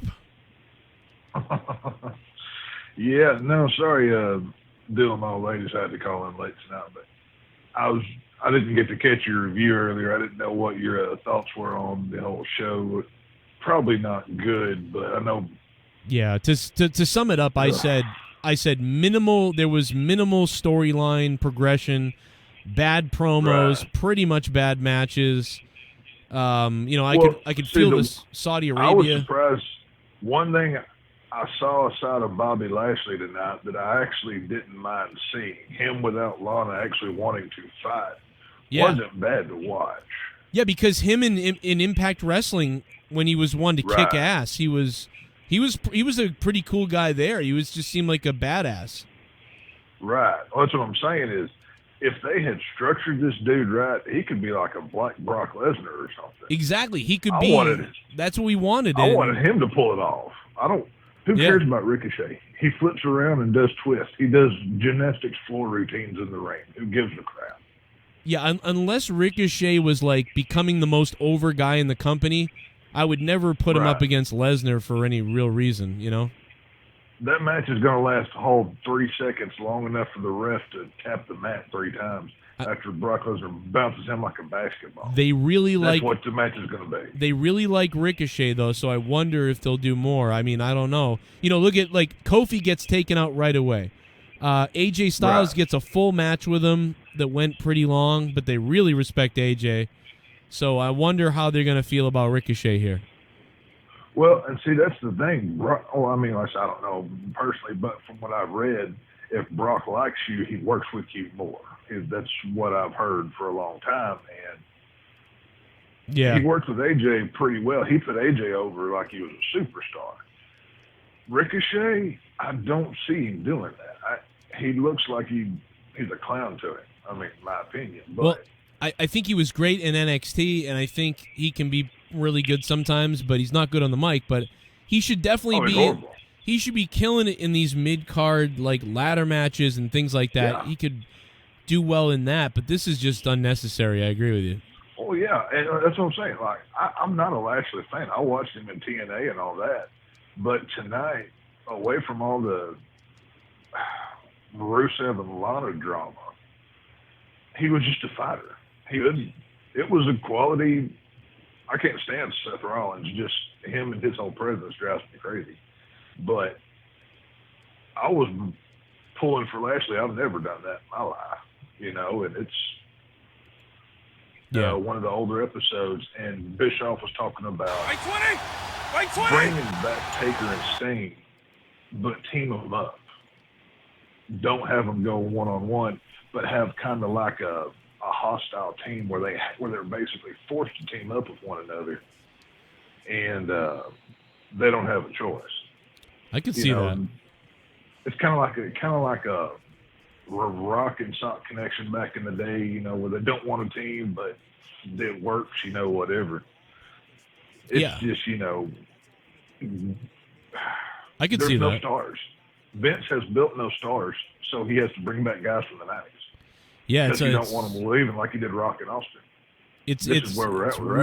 It really stands out, and it's something I was saying even 6 years ago. It was like, feels like it's always a Band-Aid. Bring in Goldberg, bring in this guy, bring in that guy, and why aren't they building anywhere? And we heard the rumor that Vince didn't want to build stars anymore. He wanted to kind of have this even playing field of all these different levels of talent, and that's killed this whole thing. Like in the PG stuff or whatever it has too, but it's the script, the over-scripting, the promos. You know what it is. Like, we know that feeling of authentic wrestling. Even when it was cartoonish and stupid, there was still like that element of wrestling. Now it really all just feels so goofy, like everything. Well, the rating of your show doesn't mean if it's good or not. You can rate it X and it's not going to be any good. You can make PG wrestling good. You don't have to throw around swear words and flip each other off. Yeah. Tell me a good story. Yeah. Tell me a good story. Why are these two fighting? Okay, they're fighting over this belt or X, Y, and Z, whatever is happening. And then play it out. The problem today is wrestling is not being wrote by a booker. It's a creative team who don't know what they're talking about out of Hollywood somewhere. Yeah, and a lot of them are Hollywood. They don't understand this stuff. It's like, dude, my local independent wrestling company, when I would call for Top Rope Promotions, I got so excited about the stories. They were telling those old school stories and building, and they didn't even need to, but they did. The audience kept growing. They had a 300-person audience. And listen, I appreciate the call. I got to run, but thank you, man. It's good to talk to you again. Thanks, bud. Good shit. Thank you, man. All the way. That's my buddy in Texas. I like him. Sounds like The Undertaker, by the way. The guy's great. I'm hopping on Twitch, everybody. I'm hopping on Twitch. I don't see some of the people that were saying they wanted to call. I don't see them calling. I see other people calling over and over again, but I don't see some of those numbers that people said that they'd be calling. I don't know. I don't see the numbers. I don't know why. Have you ever called trolling the hell out of me before? Would I have blocked you? Wow, he just missed a field goal. From the 15-yard line, he missed a field goal, guys and girls. What did you all think about the Super Bowl? We didn't get to talk about that.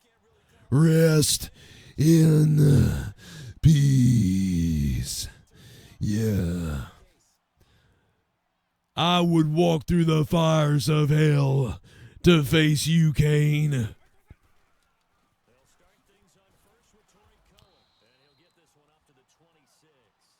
This guy said his number was like 9 something.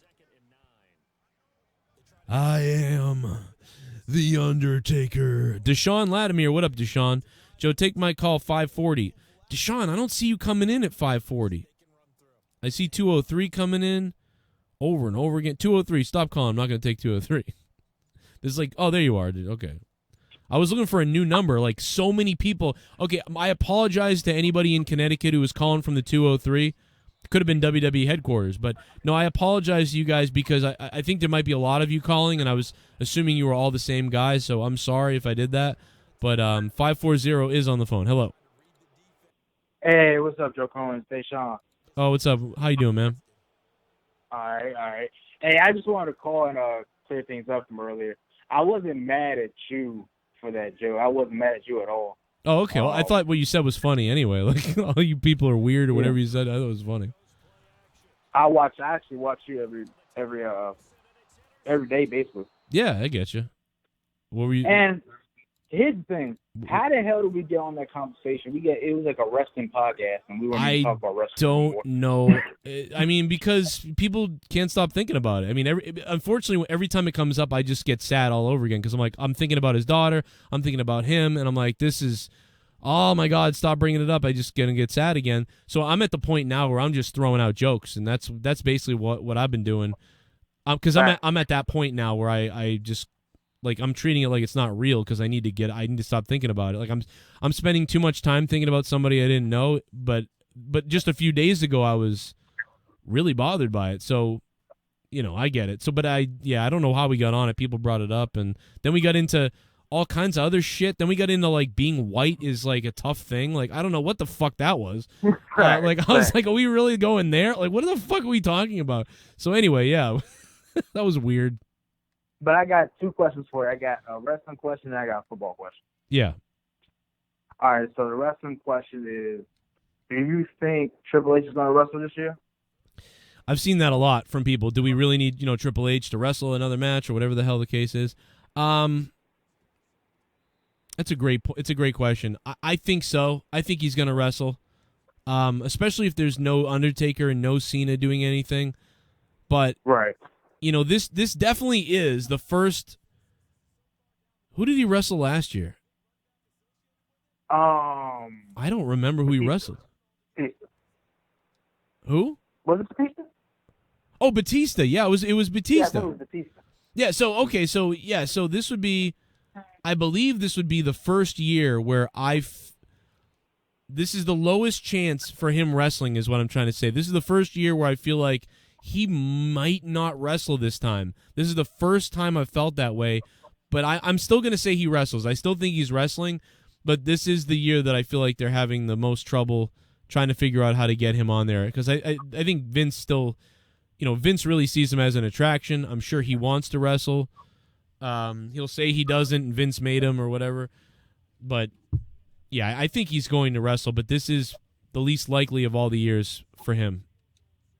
Do you think Vince would get so desperate as to bring back some of the legends? I see the stock is plummeting to shit, but... yeah, they got to do some... I mean...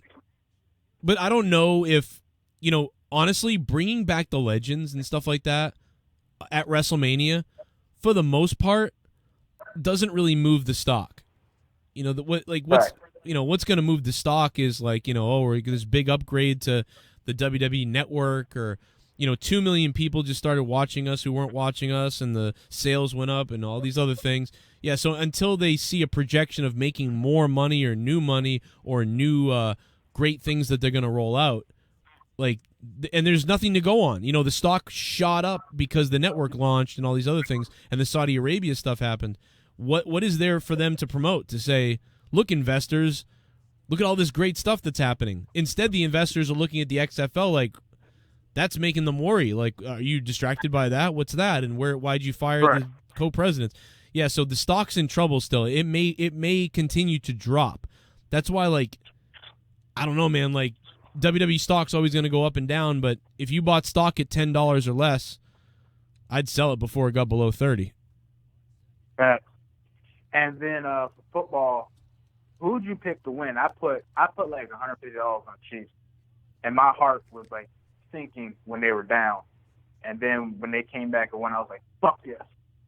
Yeah, that was pretty crazy. I mean, in the back of my head, I was thinking, the only thing is, we've seen Kansas City be this really good second half team and come back from a lot of shit. So that, I saw people in the chat that were bailing on Kansas when they were down by 10, when they were down by 7, and it was like, are you serious? This, they really can pull this shit out at the end. I don't know why people are saying it's over. They're down by 10. The Patriots are down by 30 in the Super Bowl. This is nothing. It's a possession, a stop, and a fumble away from taking over the game, and then they did do it. So, yeah, no, I mean, I don't know. I mean, people were arguing about the MVP and all that stuff. I mean, but Mahomes is he's going to get better, I think. I didn't realize. I thought he'd been in the league for 4 years. He really has only been 3 years, and he really only played fully 2 years. So he's going to get better, probably. Facts. And, yeah, that was it. That's all. Yeah, I got you. Sean from VA, much love, bro. Are you doing the AEW reaction? Was it Wednesday? Yeah, Wednesday night I'll be live after AEW. Yeah, Cody Rhodes is a vanilla fucking midget. But oh man, he is vanilla. Yeah, it's Deshaun from VA. All love, bro. Thanks, Deshaun. Thanks, man. Good call. Bumblebee. Bumblebee, I don't know why I'm not seeing your call yet. I mean, Deshaun said he was calling for a while. So Deshaun said he was calling for a while and trying to get through. So I think it's part of the new Skype update where it takes forever.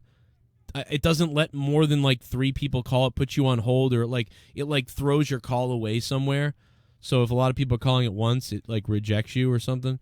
So I just think that's Skype. I'm definitely looking for the new calls or the different calls. So try again, bro. Oh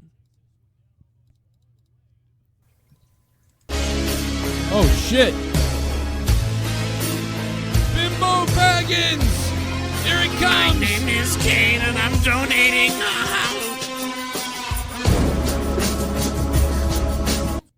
Someone docs that call so we can beat the lifeless fuck out of him? Oh my god, Bimbo Baggins. Bimbo Baggins 1969. Thank you for the donation, man. God, that's terrible. Which guy? Which caller? Who? Bimbo, thanks, man. I like all the callers. I think all the calls are pretty good. Except for that one guy. Maybe that's who you're talking about. That's fucked up, though.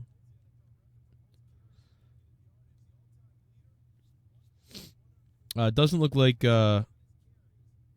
DMOON's around, so. Give it a hell yeah! I hearin' that you talking shit about me. Making fun of me. All I said was that Sean has a lil dick and that whore Tracy wants go to suck dick in the middle of the night. With that fag-ass Shawn Michaels and he talking shit. Fuck that ninja. Jesus. Holy shit. Marty Jannetty, thank you. I heard that talking shit. What? Oh, Marty Jannetty's upset. Marty, do you want some crack, Marty? I'm sorry, Marty Jannetty. What's been up, man? Wouldn't it be fun to hang out with Marty for a day? That'd be fun. Just flipping out. Just having a good time. Here we go. I'm about to get it, man. Here we go. About to get it, man. Here Oh, he got in. Here we go. Here we go. Oh. He got into the end zone. Raw was AIDS. I can't stop listening to this Lacuna Coil album. I know I'm late the party with this album, but damn, it's good. Hey, man, when you get a good Lacuna Coil album, you know, you're going to like it. I get it. I get it. Wow, this guy cannot hit a field goal. Drew Bar 100. What's up, Drew? How you doing, dude? Dude, this guy cannot hit a field goal. Like, worth a damn. He can't hit a field goal. What the hell did they email me about? Drew Bar, thank you, bro. What the fuck am I getting an email? This is weird. Steve8776, thank you for hosting me on Twitch, man. What's been up? Appreciate that, dude. Thank you. Let me see if I can run this ball back. Super Chat Party. Oh, I almost got away from him. Love your channel, bro. Keep up the good work. Up next, XTMG. Thank you for the $1.99 super chat, man. Thank you guys for liking the channel so much. You guys support it with the donations, man. We couldn't keep doing it without you guys. So thank you.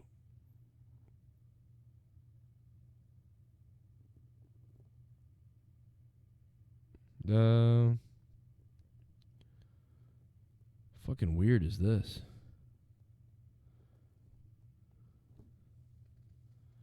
It's weird.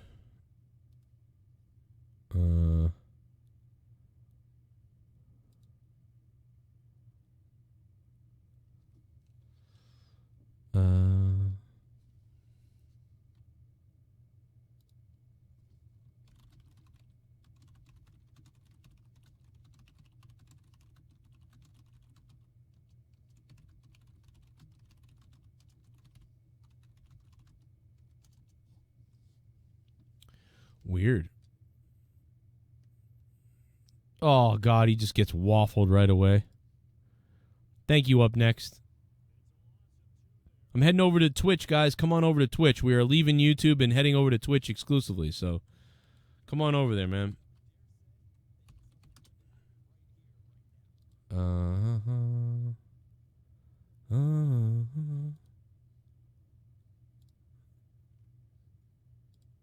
We all die in 2025.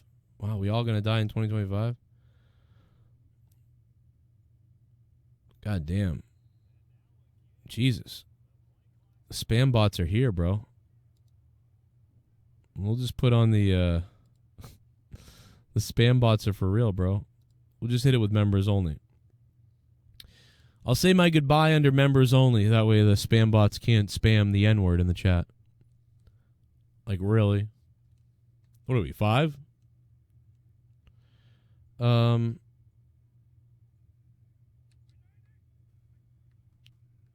sound like Tommy's grandfather, goddammit. Look at that catch. Great catch, Olsen. We got to go. We got to get downfield. Let's go. We got to get downfield, brother. Let's go.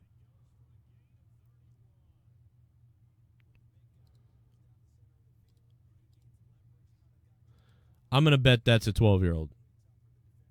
Only 12-year-old boys say the N-word over and over again like that. What's up, Bry Guy? Hector Gutierrez, Steve Calan's here. Denise, as always. Come on over to Twitch, guys. We're going over to Twitch, though, okay? Got some mods over there, too, for your ass. Come on over to Twitch. Thanks to everybody for listening tonight. Thanks to everybody who became a patron. We could definitely use some more patrons. So come on over to Patreon. And if you come to Patreon, you're going to get 30 hours of bonus content if you're in the $5 category or above.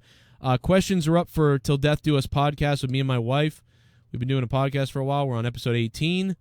This guy just intercepted that, dude. Are you fucking kidding me? You got to be fucking kidding me, bro. That is retarded. That is retarded. God damn it. Unbelievable. Unbelievable. That's crazy. Oh, Tiffany left the Patreon. That's surprising. Just remember, I didn't block her. I just took away a wrench. That's all I did. I took away everybody's wrench. When you support somebody else who tries to attack me and take my life away from me, it's kind of don't really want you as a mod in my chat. When you support somebody who wants to attack me and take my life away, and take my job away, what I do for my kids, probably not going to let you be a mod in my chat. So that's all I did was take the mod chat away. But now she left Patreon. Okay. Remember, I didn't block her after she left Patreon. I didn't block her at all. She just left Patreon on her own because she lost her wrench. Somebody got a boo-boo. Even though I defended her to all these other people that whatever. But go flip-flop away. You support people who attack me, and now you don't get a mod. Now you crybaby. So who's the real crybaby? You are. Jesus. People are fucking dumb. I'll see you guys on Twitch. See you guys over on Twitch. Let's go.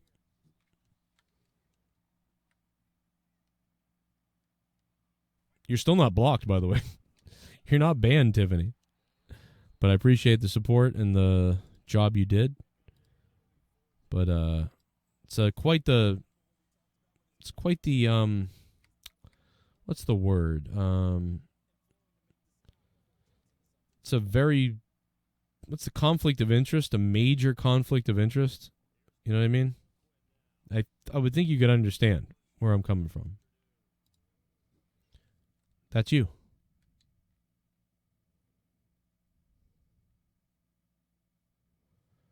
Well, we're going to get the ball at the 50-yard line, so that's good.